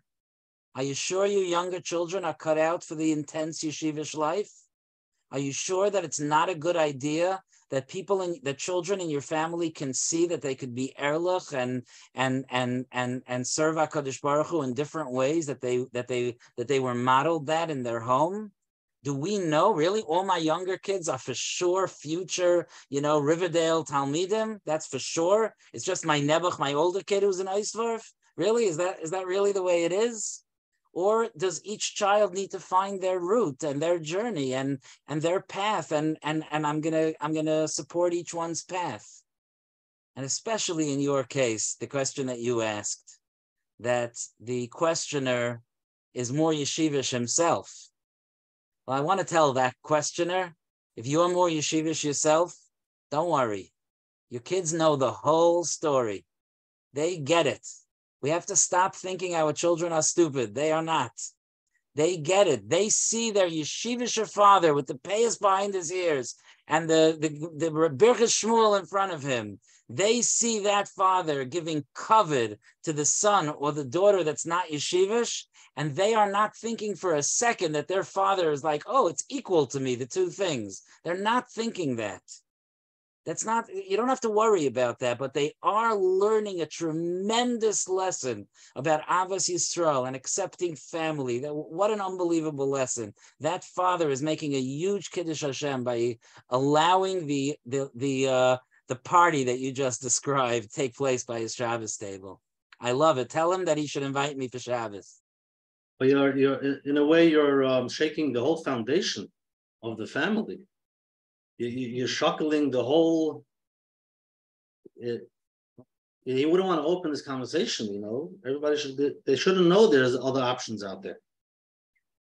Yeah, about that. No, we're not going to be able to. We're not going to be able to insulate our children from ever knowing what's out there. That's not our job as Menachem.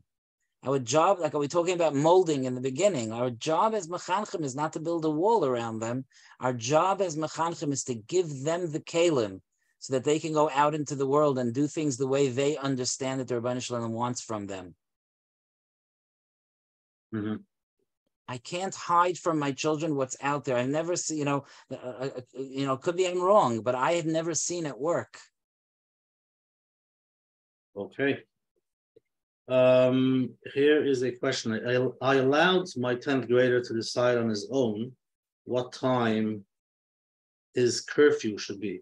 And we decided for 11 o'clock. I mean, he decided 11 o'clock and I was master. And it's been many times that he doesn't come home till 1. He still hasn't, he doesn't come home. When I ask him where he was, tells me he was simply chatting with his friend and, he tries to drain himself out. How can I trust him in a situation like this? And do I still allow him to make his own decisions? It's a good question. I would love for this parent to have that exact conversation. The question you just asked me should be asked to that child. I would say to my son, remember we decided that it's going to be 11 o'clock? Not we decided. You decided it's going to be 11 o'clock. And then you didn't keep to that. So tell me, how could we make this work? A couple of years ago, one of my daughters was in high school and she had a smartphone. And at some point she realized that, I think it was through email or something, that somehow she was able to get onto YouTube. You have to mention that it was filtered. It was filtered, of course. I just want the island should know. Yeah, the smartphone was filtered and we got it for her for a specific purpose. Usually our children don't have smartphones. But she needed it, and in our family, we don't feel like all children have to be treated exactly the same. Everyone gets what they need, and she needed it. It was filtered, but she discovered that she can watch YouTube videos. So she came over to me and she said, I discovered that I could watch YouTube videos. Do you want to block it? Which I already considered such a nachas that I was told that. So I said to her, it's up to you. I want to trust you that you're not watching something inappropriate. What's better for you? Should I block it or should I just trust you? So she said, don't trust me, block it. So I blocked it. And then she came back to me about 2 years later and she said, Ta, you could trust me now. And I unblocked it. And I do trust her. And I, now she's a mommy herself. And of course I trust her. But it was so important. She learned her own autonomy. I would tell that parent, we said 11 o'clock and you came home at 1 o'clock. Could you explain that to me? And he'll say, I lost track of time. It was hard for me. My friends were making fun. So I would say, so what could we do to help with that? I recently said to my son, we were talking about trusting with technology. And he said to me, because my son, as I've told you before, my children don't hold back. He told me, I want you to trust me, but I also want you to check in with me once a week to see how I'm doing with that. So I need to have that conversation with him. There's another question, what's he doing out there till 1 o'clock? But I think the first thing is he said 11. Why did he say 11? He wanted to do 11. He's disappointing himself. So let's talk to him about it. Would it help if I texted you? Would it help if I called you? Should I be waiting up for you? How do you want to do this? Was 11 too early? Should we make it 11:30? Can we try tonight that for sure you're home 11:30? I want to just let's have this conversation. I want to just clarify something because I'm having a hard time with that. It's all good when you're dealing with a logical kid that you could have this conversation and debate and you could discuss, you could think and you rationalize it, you go back and forth. But then there's a big group that they're offline. So they'll be like, I'll be home at 11 o'clock. They come home at 1. You sit down with them and say, listen, how are you going to get up tomorrow? No, I'll get up. They don't get up the next day. You have the conversation, but they're offline. So you're not working with somebody you're talking to like almost like an adult. That's, I get it. Yeah, it makes sense. I have to get up I don't want to get fired from my job. I'll be up at 9. I shouldn't be out late. But when the kid's offline and they're like, like that, and this conversation doesn't really work. Wow. I was talking about this case specifically because the son himself came up with the time. Let's say not with that case. Let's say in general. But we'll go back to the side of it. You're dealing with a kid that. So then, unless the child is, might be putting himself into danger out there.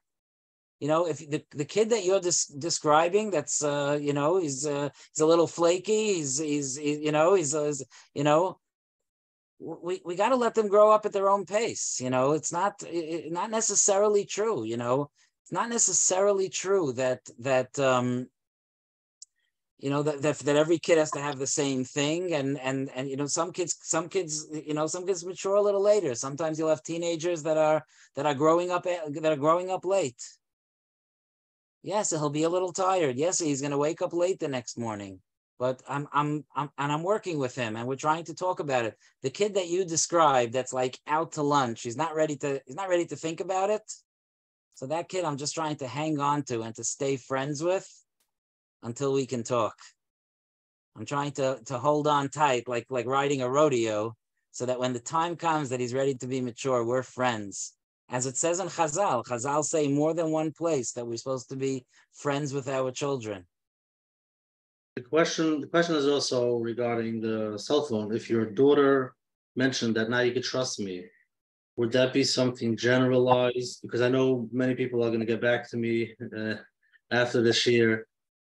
How could you trust, even though your daughter said now you can trust me? Really? Could we trust our kids with an open YouTube and whatever it is? I think each in that case it wasn't stam an open phone. We don't do we don't do in our family, we don't do open phones. But the truth is that when it comes to this type of thing, and it could be that girls in general are different than boys. It could be because we know that the struggle for this type of stuff with boys is a little bit more difficult than with girls overall. I don't want to stereotype and make rules, but overall, not certainly not black and white, certainly not 100%, but you know, when my child is an adult and my child is telling me to trust him to do his own thing and to do it his way, I'm not here to be his enforcer. I'm not here to do that. Now, it could be that I could say in this house, I want to have filtered phones. Okay, that's a reasonable thing. And I want to clarify, we certainly hold very, very strongly that every single device should be filtered, for sure. You know, the world is insane and becoming more insane by the minute. And the damage that's done and the dangers that people are in, for ourselves, we need that. For sure. But you're talking about in an individual basis. I have to weigh my relationship with my child, where they're up to. Some kids have different natures. Not every kid needs a filter the way every other kid does. It's not such a black and white thing. Do I really know my child? Am I really getting the full picture? All of that needs to be on the table. But in general, just to clarify, because you said you're going to get calls after, just to clarify, please, as much as possible, you know, filter. It's important to filter, not because we're making assumptions, not because we're babies, but because we have to protect ourselves from slipping in the dirt, from getting hurt. And our children could come into really, really, really dangerous situations because of it. And sometimes they won't even tell us, and it could be very, very difficult. That's the klal. The prat, speak to your Rav, speak to your Rebbe, and figure out how to handle each kid as a prat. Mm-hmm. Is that a little clear? Yes, very clear. Okay, next live question. You're on. Yes, we're having kind of a little bit of the opposite challenge. Our son is getting older, and he's already base medrash age. He's coming home from yeshiva, feeling like a failure. He's had unsuccessful zman after zman, even though he's bright and gifted. It just hasn't worked for him in yeshiva. As he's gotten older, we've tried to empower him and not, solve all his problems and try to trust him to work things out.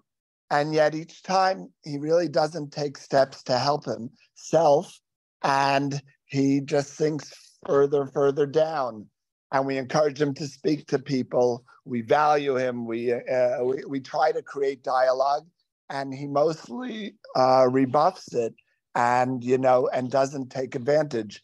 At one point, do we start to try to reinsert ourselves more as parents and start making decisions for him when he won't do it himself? Or do we just let him, as he's getting older, continue to try to give him the tools and empower him, and even let him struggle through it, and watch him not help himself along the way? Mm-hmm. Does he acknowledge or realize this cycle that you're describing? Yes, he admits he's lost. We encourage him to talk to people, but he doesn't take advantage of it. We reach the hand out to even have dialogue, and he really doesn't acknowledge and take advantage of it.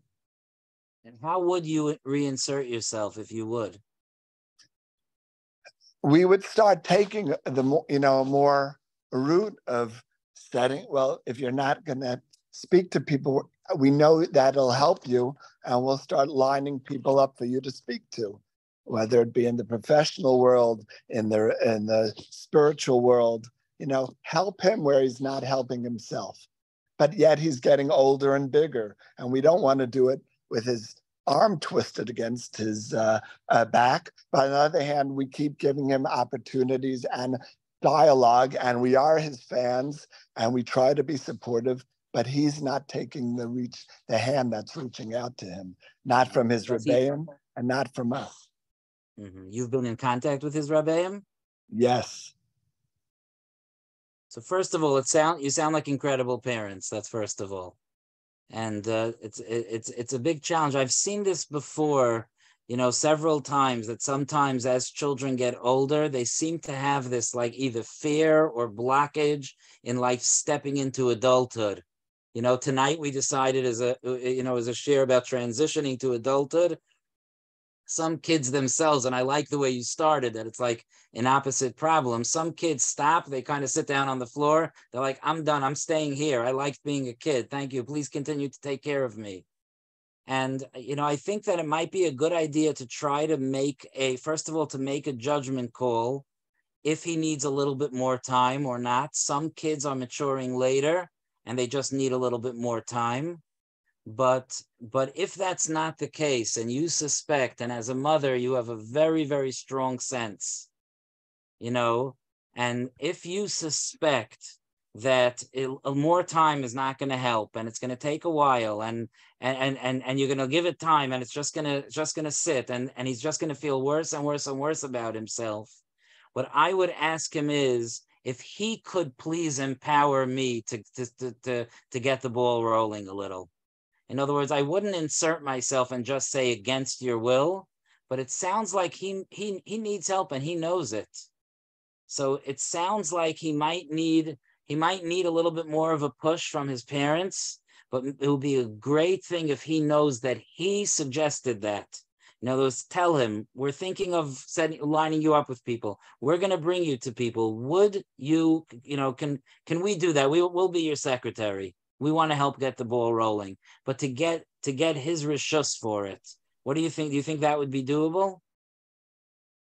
I think so. At moments he will trust us, but he pulls back. There's a I don't know if it's an epidemic with kids who could sit with their earphones and sit in bed and just avoid life, and that seems to be his comfort zone. Versus we'll hold your hand through it, and they default back to that. Yeah, I know this is a whole other subject that we really didn't touch, and it's really a different area.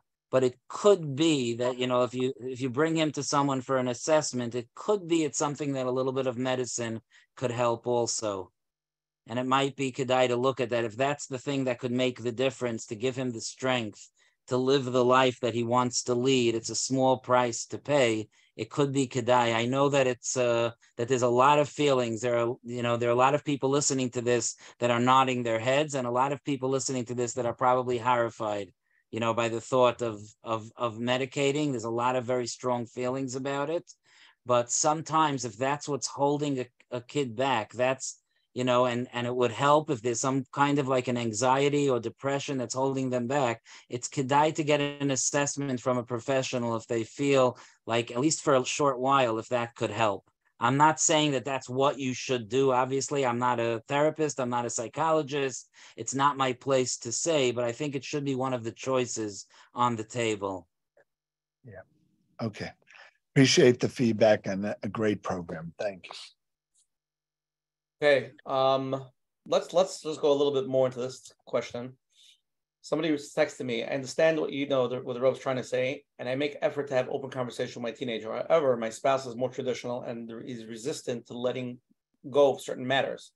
There's a lot of conflict arises between us when these issues come up. How could I encourage my spouse to change their perspective? So, like one is getting the mahalach. This wasn't their mahalach. Open dialogue, trust.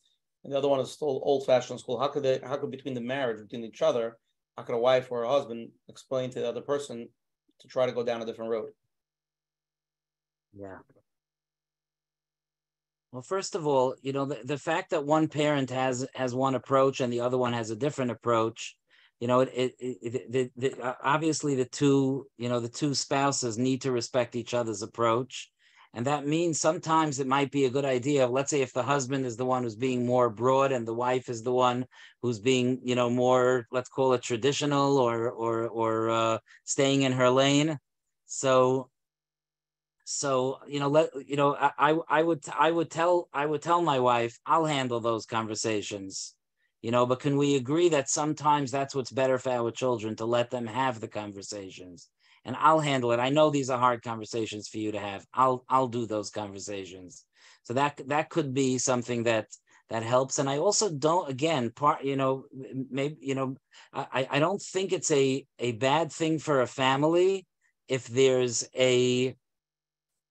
it's open, it's an open secret in the family. It's something that we could talk about, that mommy has a harder time with this than Tati does, or Tati has a harder time with this than mommy does.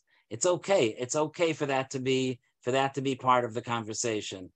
I don't think there's a kid in the world that can't list you the things that his mother and father disagree about. And I'm talking about in good marriages. In good marriages, that's the case. So, it's okay for it to be that way. Otherwise, conversation. I would want that spouse to continue to have these conversations. Tell them to listen to the recording of tonight's share. Yeah. Here's somebody asked me for some practical tips. Let me just read it. Can the rabbi share some practical ideas on how to start when they're young to trust them?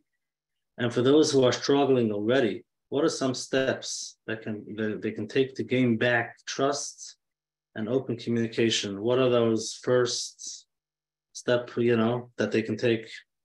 Or for those who just got married, young kids, how can they shalom the family in a way that the child feels the trust? So I think it's a very, very, very important question. It's because it does start then, it really does start. And our young children are allowed to have their opinions. And I think that if we are attuned to that, so that could make a big difference. I'm the kind of father that I have like my jokes that I have with each one of my kids. And I'll admit I could be a little annoying saying the same joke again and again. And every once in a while, I've had a child saying, Tati, could you please stop saying that? I stop saying it when they say that because their opinion is important. And if it bothers them, then I'm not going to do it. It's okay. And sometimes it's an opinion about random things. It doesn't have to be about important things. But my 5-year-old, my 7-year-old, my 10-year-old could have opinions about food, about clothing, about trips, about school, about camp. We're in the summer now. About camp, about what's whatever it is. Am I listening and am I absorbing what they said? If I have a delicious daughter, Hindi. And she's going into 4th grade. If she tells me that she thinks that certain kinds of trips are the right thing for the summer and certain kinds of trips are not, she needs to feel like I heard that, and I'll come back to her. And I love schmoozing with her. We have great schmoozes. When I'm dealing with I'll give you an interesting tip that I discovered over the years. When you're dealing with very young children, it helps when you're schmoozing with them in a very gentle way to go. I don't know if can you see my hands?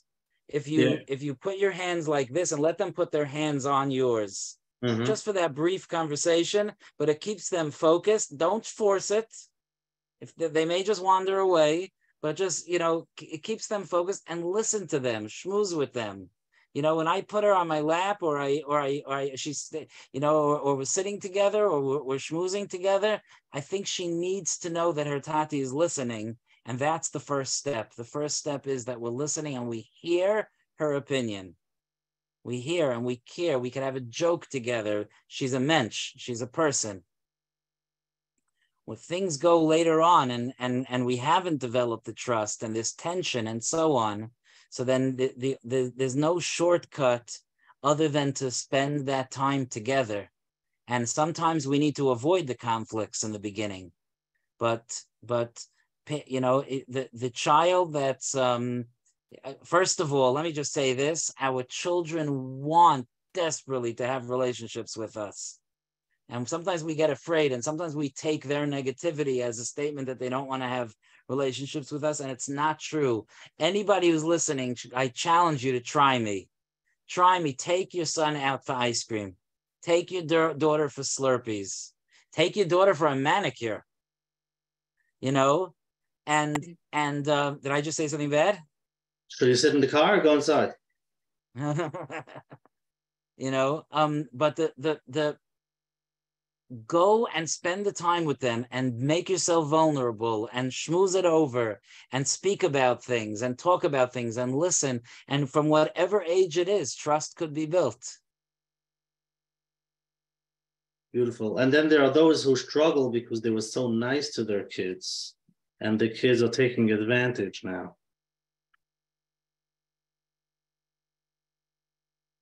We hear that sometimes we do have to learn. Sometimes later on, we suddenly realize that we weren't putting our foot down enough. It is important, and I don't want to give the wrong impression. It's good that you brought that up because it gives me an opportunity to say something that I hadn't said before. I don't want you to think that because I keep pushing vulnerability and so on and so forth, that I think that we're equals to our children. We're not equals. We set the rules in the house. I talked about saying about our family, but I decide what our family does, my wife and I. And it is important that our children know you're the child, I'm the parent. That's important for them. They need that so desperately. And I don't want all of our encouraging vulnerability and listening and trusting to turn into that we just run a zoo. That's not what we do. We do need that there should be misuder, and we do need that there should be rules. And of course, a home needs to carry a certain structure. There's exceptions sometimes, but as a rule, of course, a home does need to carry some structure, and that's a big part of it is setting that balance. Very good. Okay. Rabbi Sonnenschein, we're going to do one more question. There's a few more that we want to cover. People are texting, but I also want to cover one more, and then we're going to go to closing part, okay? Okay. That's an interesting question. Being that the topic is on trust and communication with our teens, I have a hard time with the lingo and the dialogue of the mainstream camps and yeshivas and mesiftas. After having boys go through and graduate, and Baruch Hashem doing very well in the Waterbury-type yeshivas, our experience has been communication model of trust and respect with most of the focus on positivity rather than lack of action or expectations of the negative behavior. This is extremely successful with all our boys. We now have a Masifta boy who's Baruch Hashem doing very well in an Aleph track type of yeshiva. So they have another kid who's just doing great. We, however, get extremely triggered by the way things are being handled at these types of yeshivas. For example, the constant letters home with reminders. If your son is quota with a vape, smartphone, any device, he will be immediately suspended. Or even now in camp for visiting day, if you don't sign a release form for your child to go out during visiting day, we will not allow him back into camp tonight. Or having the no talking during davening strictly enforced. Why do these rules have to sound so negative and so threatening? Why only do we do the at-risk type of yeshivas use the language of their cheretz and connection? How do we get past this so we don't pass on the negative feelings to our son, who Baruch Hashem is doing well? We've trained our brains and our hearts to have complete different type of communication model, but they're getting triggered with their younger son who's in the more mainstream where they, once they went through the parsha and they understand a lot of these concepts and they see it with the regular Moses, they're getting very triggered with that. So yeah, I certainly can understand that. Let me say this. Sometimes you read Musar Sfarim and you ask yourself, why does the Sefer sound so negative? I've been teaching Mesilas Yesharim for years. There are parts of Mesilas Yesharim where, instead of talking about how much schar you get for doing mitzvahs, he talks about how much einshim you get for doing averis. Why does he have to do that? Why doesn't he talk about the schar for doing mitzvahs? And the MS is that I think on some level, and you mentioned that word triggered, I think on some level we are sensitive because we've been hurt. So many of us have been hurt and we're extra sensitive. And we just, this parent has to realize if his son is happy in a Aleph Yeshiva and he's doing well, the intensity might be triggering the parents in ways that it's not touching the child. The child, if he asked his child that question, the child might be like, I don't know, that's the way they write it.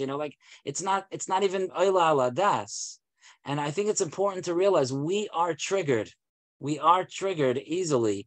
And those of us that have been hurt or hurt by the system or hurt by people, and it's very, very important to know that that's not necessarily the case with our children. And if it's not true with our children and they can handle it, it's not our job to teach them to be triggered.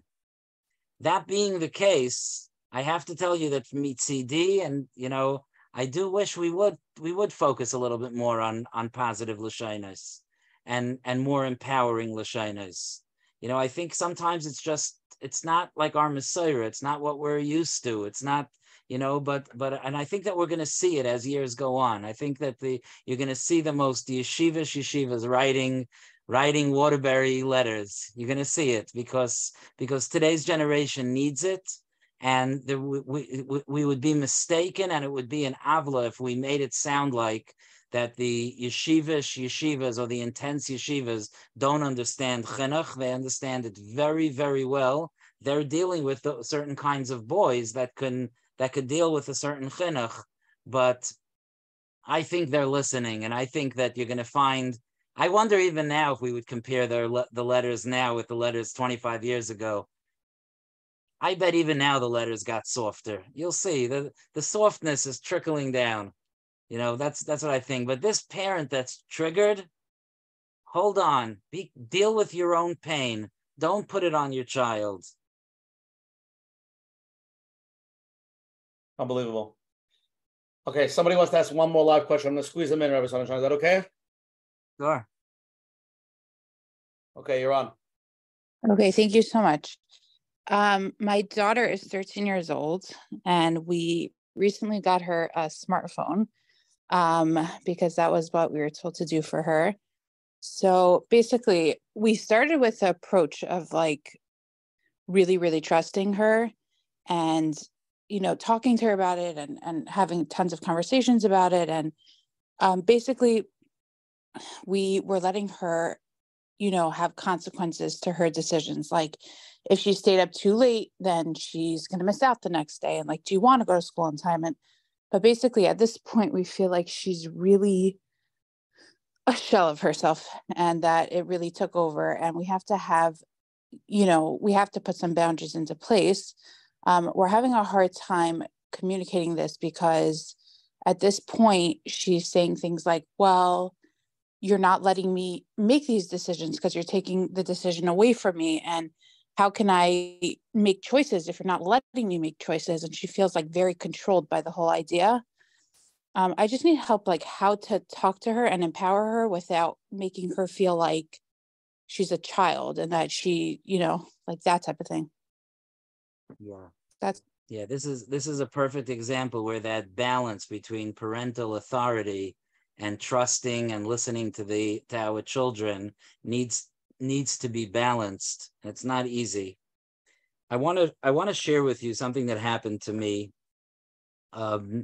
It's something that I want to tell you something about one of my sons. Then I know that he would give me rishus to say it because I've discussed this with him.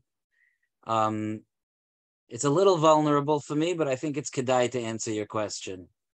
And that is that, our son spent many months with dealing with a very, very severe anxiety. And we had to get help, and we had to reach out, and together we've all grown from it. My wife and I and him and the whole rest of the family, we grew, and he's Baruch Hashem gives us so much nachas today. And but it was a difficult nisayon for him. And at the point that the anxiety started, so we let him have access, filtered access, but we let him have access to things to watch because it was the only thing that helped him feel calm. And after a while, it got more and more and more until we realized that the refuah was becoming worse than the machla. And the technology itself, and this is through people that were helping us, you could give everyone in the world advice, but when it comes to your own child, you need to sit down with someone that could give you advice. So but we reached a point, my wife and I had countless conversations going through trying to figure out what to do and when do we give to him and when do we limit him. And it was very, very difficult. But at some point, the point came, and the reason that I'm saying this story, this vulnerable story, is because of a term that you used. You said that you feel like she's a shell of herself. And that's something that brought back those memories to me. That shook me. And I want to share with you what happened. At a certain point, we told him that he can't have it anymore. No more. That's it. We're done. It was a very hard decision. We tried to do it slowly, and it didn't work. and it was very, very, very painful for him. And here I am, Mr. Trust Your Children, Mr. Listen to Your Children. And I had to, my wife is a little better at it than I am.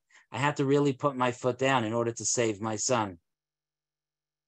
And he was very upset. And he was scared.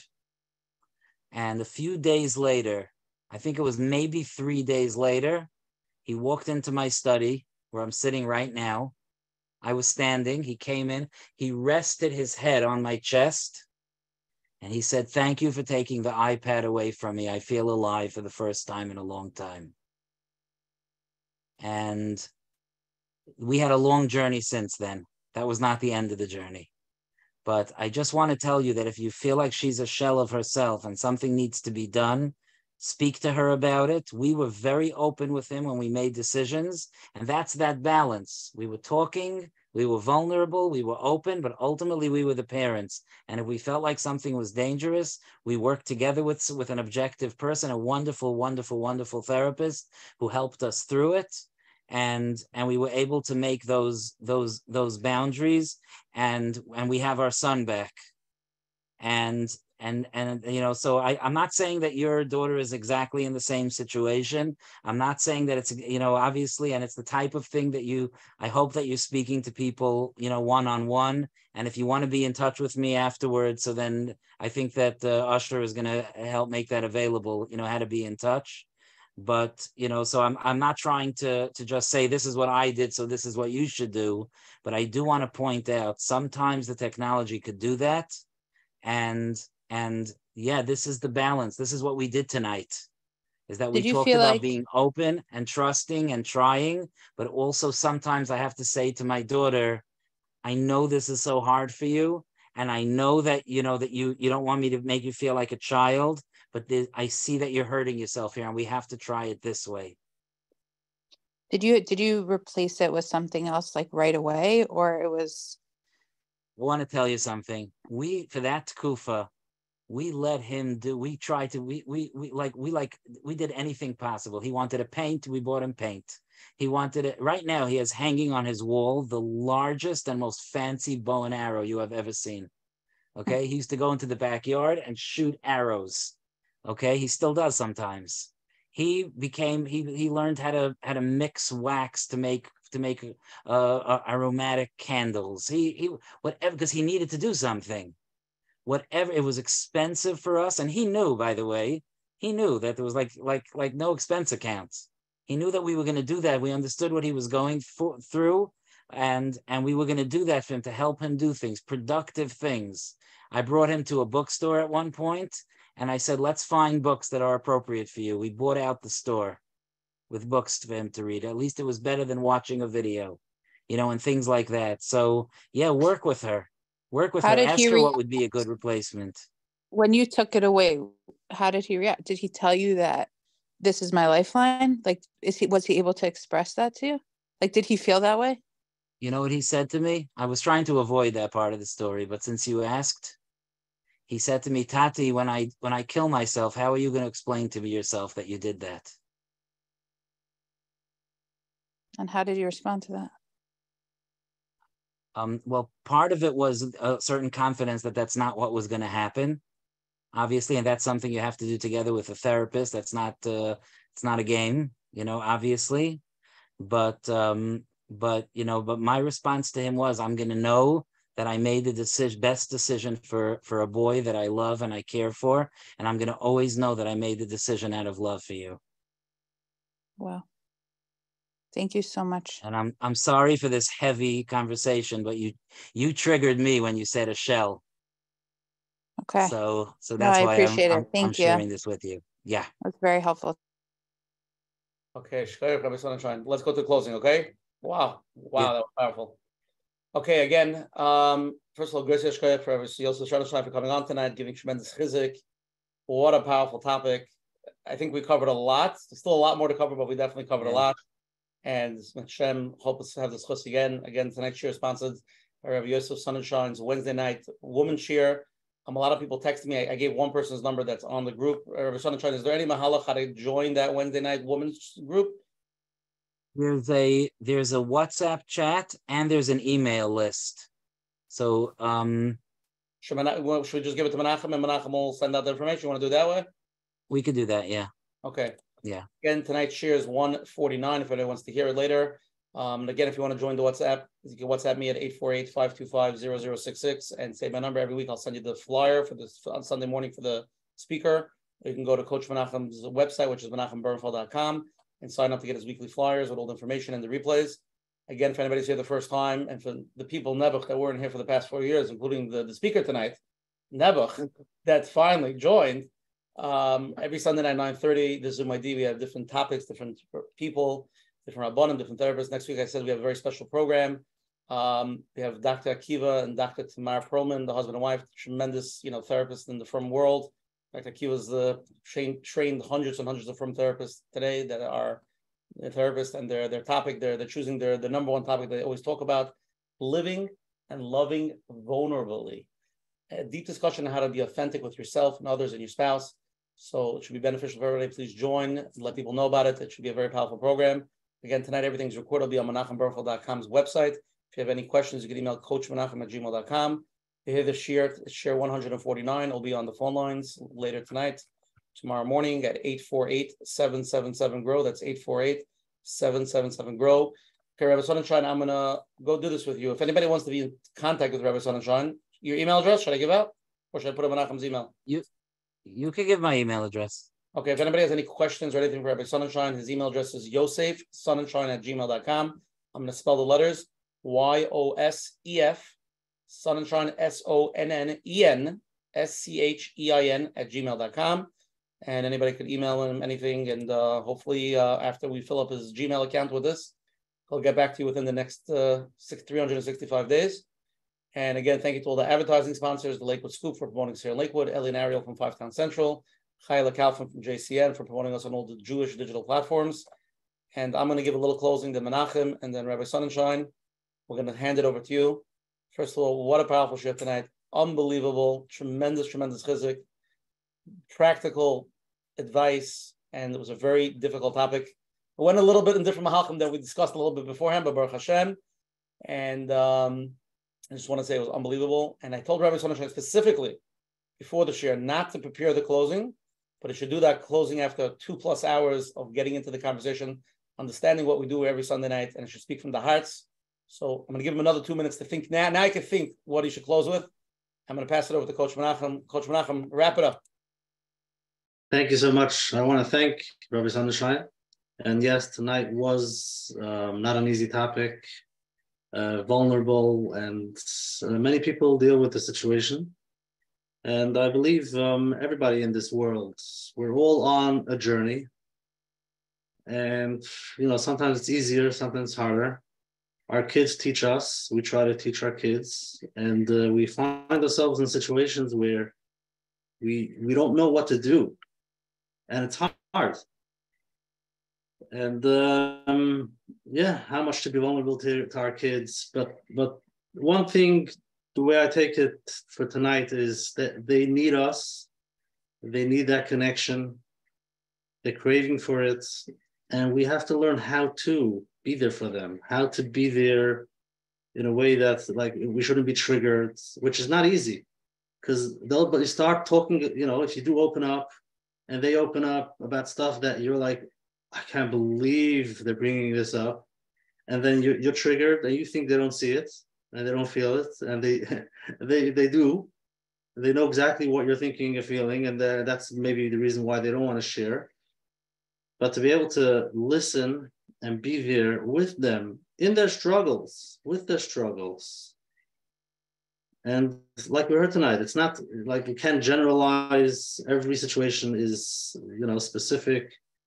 And what's important to know that we all, I think most of the time, to get a third party, whether it's somebody for yourself to help you so you're not triggered, and to help you on the journey.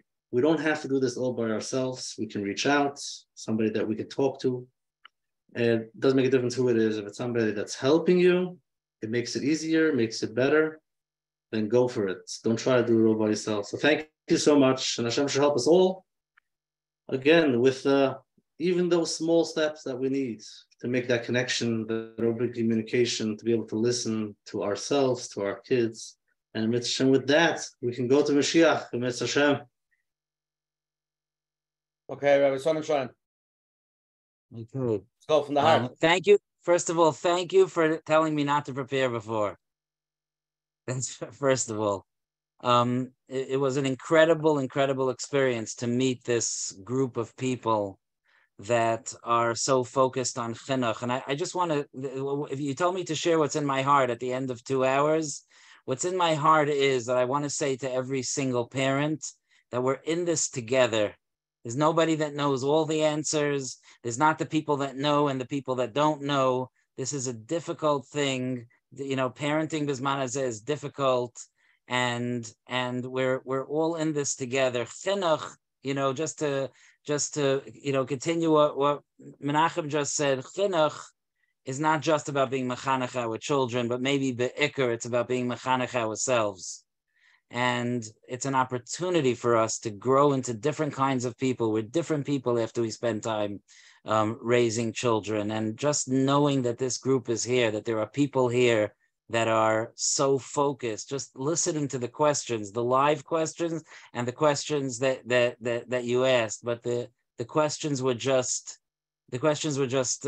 each one touched my heart, because each person was a person that's trying to do this right and trying to take the neshamas that HaKadosh Baruch Hu gave us and bring them to where they're supposed to be. And HaKadosh Baruch Hu should give all of us the siyata d'shmaya to be able to connect with our children and to be able to lead every single one of them to the journey and to the tafkid that HaKadosh Baruch Hu set out for them. Amen. Shkoyach. Rabbi Sonnenschein, again, thank you so much for coming on. Everybody's texting me. It was Moed Kashir. When you coming back again? We need more. Listen, I posted the link. Menachem will send it out for Wednesday night. I'm sure we'll see you again. Rabbi Sonnenschein, thank you very much. Moed. Thank you. Thank you. Thank you, brother.